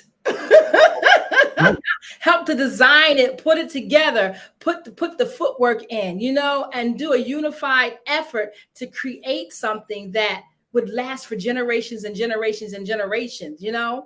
I'm excited because once again, Baltimore is where you were born at. No, like I said, I'm a Carolinian. I was born in North Carolina, but I've been living all over the world. I've been living all over the world. We settled into Baltimore, but when we first put together ADM and applied to the America's Cup, my offices were in Raleigh, North Carolina. But we knew we had to go to the beach, which was 3 hours away. And we knew the biggest hub of African Americans was in Charlotte, and that was 7 hours away. And I thought, well, Baltimore is right on the water. I used to live in Baltimore as a boy, and I said, that's where we're really going to end up. But the point is, this is a national team based in Baltimore. So this isn't like the Cleveland Cavaliers and the Los Angeles Lakers and the Detroit Pistons. There's only one team called African Diaspora Maritime. And so anybody from anywhere can root for us. And we're going to feature Black sailors. And there'll be the first woman Black skipper for the America's Cup and the first Black skipper for the America's Cup. And when we teach the math and science behind this, whether you want to get your hair wet or not, you can learn the science of this. And there's jobs in STEM, science, technology, engineering, and math. And when we get proficient in this and we stop hearing these news articles, not just in Baltimore, but America, where Blacks are behind in math, we're behind in reading, we're behind in science, we're behind in technology. Let's stop that. Let's do away with it. And let's have our parents encourage our kids to supplant us and come home and start talking about technical things that we're confused about. And so they'll say, hey, Dad, I just learned about the hippocampus and the parietal fissure, right? And Golgi bodies and mitochondria and laminates and resins and polymers. Great. That's great. And you can sit and teach your father, okay? And your father can learn. And then that way, he's like, you know something, son? I want you to do better than me. Right? Absolutely. That's what we have to do. We're supposed to be. Yes. We want the young person to supplant the parent. And so we're going to take young people with us when we go out and race. We're going to have chaperones, and then we'll go once a year. We're going to go overseas somewhere. We might go to the Royal Hong Kong Regatta. I hear you guys mentioning Singapore. I was in Singapore. We may do the Singapore Regatta. We might go to South America and do something in Argentina or Brazil. But we're going to take some young people. We're going to get them passports. They're going to learn a new language. And we're going to take 15 or 20 of them with us. And we're going to put them on TV. And that vicariously will teach everybody who's watching, why don't we learn another language? Let's be proficient in English. Learn another language. Learn an African language. Okay? Learn an international language. But learning has to be our new playground. And it's fun to learn. Yes. One of my friends mentioned the other day, they said they punished their child and said, you're going to sit here and read this book. I'm like, no, wait a minute. That's a reward. You're going to sit here and read this book with me that we just bought. It's not a punishment to read. It's an honor. It's an opportunity. It's a privilege to read, and it's a privilege to learn. So we're going to just get some of our thinking and wrap it around the way it needs to be. You know, Harvard just hired the first Black woman president. I don't know if you saw that. I did. Now you can just look at that lady and you can see that she's smart, and you don't have any questions about that woman. When she walks in the door, you're ready to listen to her. Yes. Right? And so I heard Joy Behar on, she was talking about that she went to Harvard and that they didn't expect that she was there, but she happened to be smart and nerdy. Guess what? Genius is common. And we have to start accepting that. We have to start thinking of it as odd that we promote people and adulate people that cannot string together sentences and haven't studied and read and learned and grown. That has to be our new standard. You have to be able to easily flow through languages, know your continents, know some tribes in Africa. I used to have a litmus test for people. And I'd say, I can't date you unless you can name 5 countries in Africa, 5 languages, and 5 tribes, because where would we be? Where would we be? We have to learn. So now we're going to bump it up to 15. Why not? Why not? Why not? And so when we go over to Africa with our boat, we're going to call it the Martin Luther King Jr. Friendship Cup. And we'll race, and we'll get the African countries, we'll get them a boat, we'll teach them, and we'll train them up, and we'll have the Friendship Cup over there. And when they come over here, we'll have the Nelson Mandela Friendship Cup. Okay? And so every year, is that beautiful? It is. It really is. It really, really is, because when we keep our legacy alive, when we keep those who have actually allowed our lives to shift in a way where it changed the whole perspective in certain geographic areas, but it still impacted us all across the world. We have to keep those legacies alive. I totally agree with that. I want to ask you a question. I've been poking around, looking at some of your information, and there was a comment on LinkedIn, because you were having a video talking about the future of the blue planet. Keep going. Okay, and there was a comment by a lady that said, you are addressing the largest career aspect for the future on this blue planet that is needed, but almost invisible for those who need it the most. And so here's the beauty of African Diaspora Maritime. When we first conceived this and applied to the America's Cup in 2011, they said no.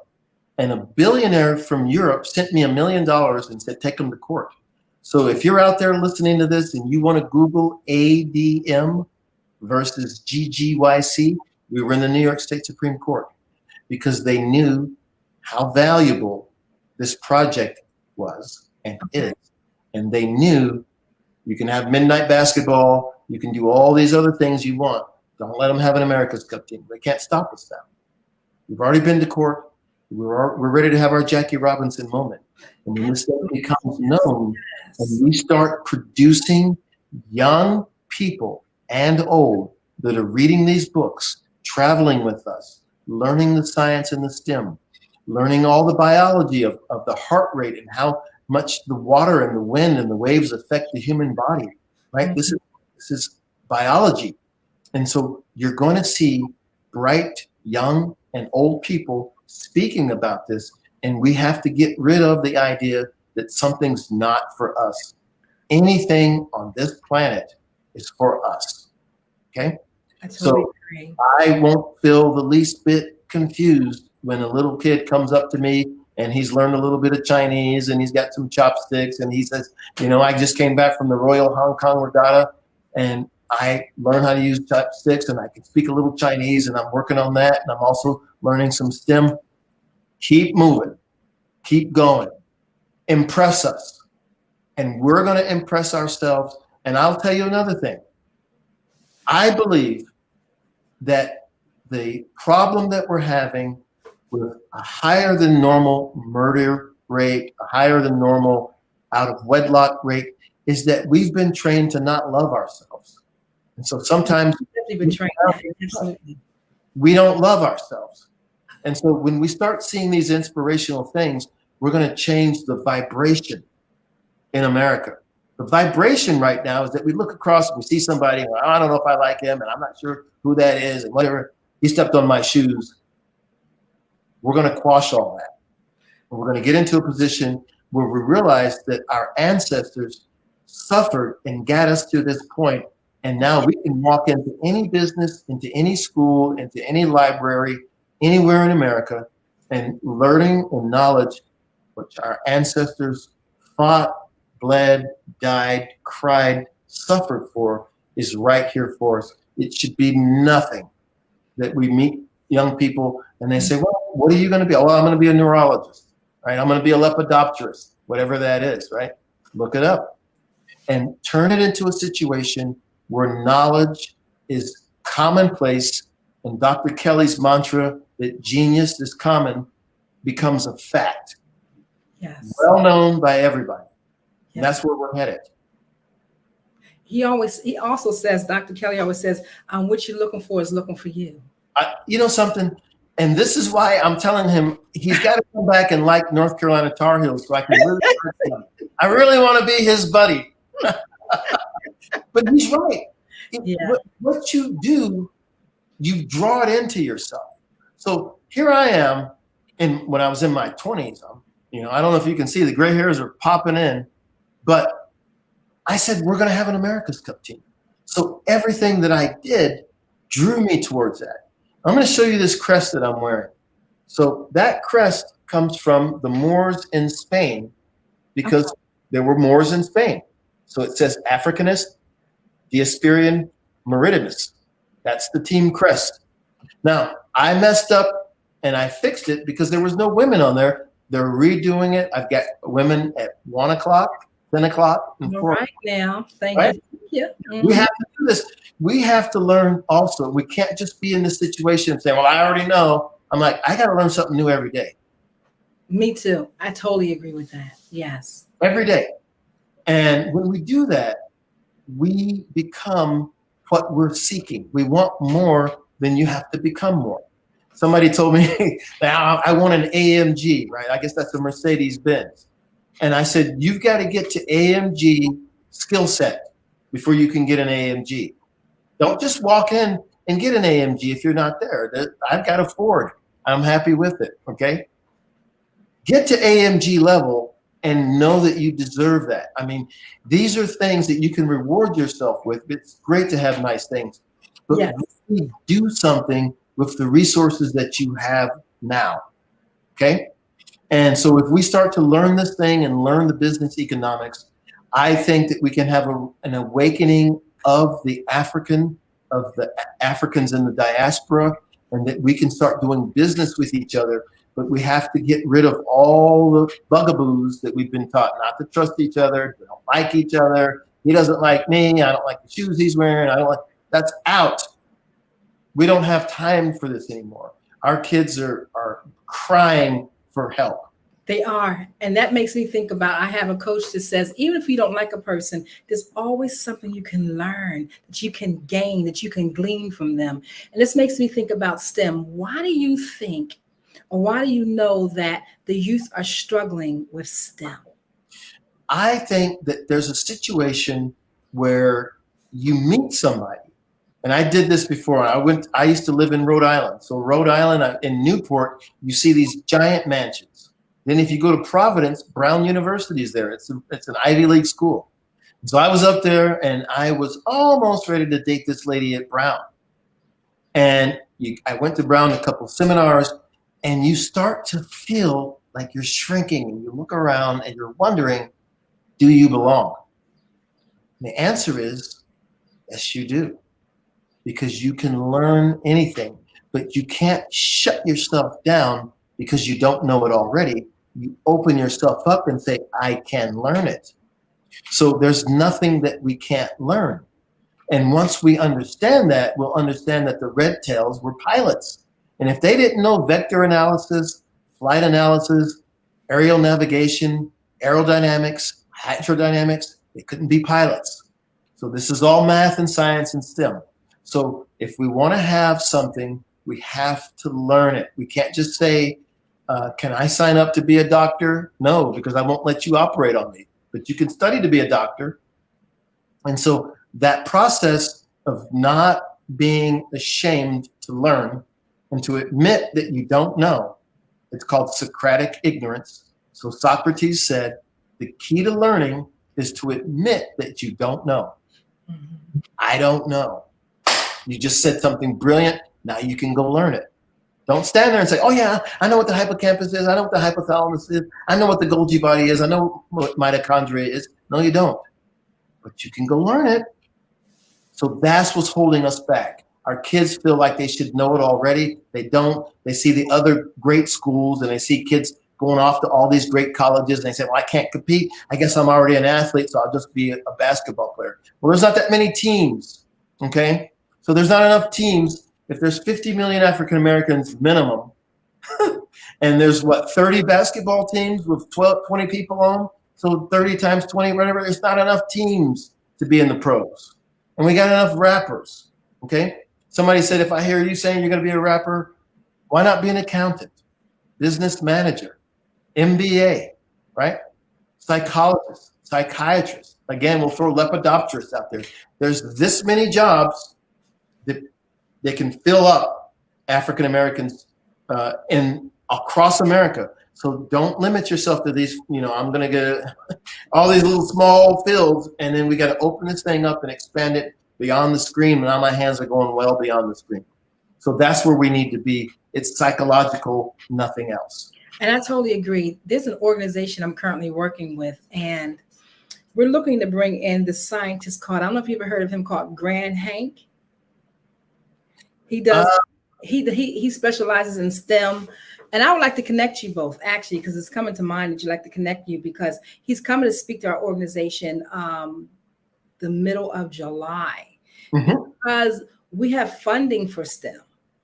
Right. And we have funding for culinary arts, and the culinary arts is packed. Matter of fact, there's a waiting line, list for it. But the STEM, once again, that's why I asked you that question first, is because I know that our children are really great in math, and in science naturally, but they don't really know how to convert over to say, I don't know something, to learn something, to say, okay, how can I open myself? And it has to deal with the parents too. Open myself to say, my child actually needs to be put in STEM, even if the child can't see it. When we were younger, our parents put us in stuff because they had the vision for it. They knew that it would cultivate some of the gifts and talents and core strengths we needed to build upon. So they understood that. So, it's like now, how do we reach these youth to say, you need to be considering STEM? You need to think about, could I be the wacky scientist? You know what I mean? Or could I actually, do something that would allow me to discover life on a higher level, because this is where we're at right now. And as you know, we have to reach our youth, and we have to do it now. I've got two things I'm just crazy to say. The first thing I'm going to say is that you don't have to be nerdy to be knowledgeable. So this is a misnomer, and I guess they've been putting Urkel out there to sort of say, to scare us, if you become smart, you're going to be like him. It's like, no, wait a minute. You can be a defensive back or a small forward and still know STEM. Also, I want people to take a chance and look up the way they learn math in India. They learn how to count with their fingers, and they're using their fingers and hands as a calculator. So we're going to learn about this. They're learning with their fingers, and you'll see these little children, they're less than 10, and the Indian instructor says 750 minus 19 times 5 minus 87 plus 3. And the kid answers the question by counting on his fingers and doing something like this, and he's doing abacus math on his hand. Well, guess what? We're going to introduce that through African Diaspora Maritime. And by this time next year, every African American is going to have heard of this and realize, why are these kids from India coming in here and they can just crawl into Northwestern, Stanford, University of Chicago. Right, people never heard of University of Chicago. It's equal to the Ivy Leagues. We'll talk all day. Listen, we are so out of time, but I'm telling you, you gave us such a wealth of information. How can we stay connected, and how can connect Grand Hank? How many times have you been asked to help someone you didn't even know, a student, a business entrepreneur? Or did you ever even ask, where did they end up? That business, that friend, that entrepreneur. Well, just maybe they ended up in a gang, bankrupt, homeless, or worse, dead. Maybe they turned to crime, drugs, and alcohol. Did you ever wonder? Did you destroy their dream, or was your life always so easy? At the Black Business Olympics, we started a movement to help students complete. Give them hope and foster success. Help them to leave their dreams of providing laptops, computers, and up to $5,000 in scholarship funds. Today, we ask you to help a student, a business owner, or an entrepreneur to realize their dream by sponsoring them, supporting them, and buying from them. Consider this. With $1.6 trillion in our Black community, we only ask for a small donation for our students, our businesses, and our entrepreneurs. And you can change a life today. So I ask you, what are you going to do? sit on the sidelines and watch our students in high school be leaders, miss out on their dream from lack of resources? Or are you going to donate to the movement and change their future and yours as well? Give us a call today at 919-308-9090. Change their life by investing with action to the Black Business Olympic Fund. The Black Business Olympics, one of the largest business showcases of Black business in the history of the world.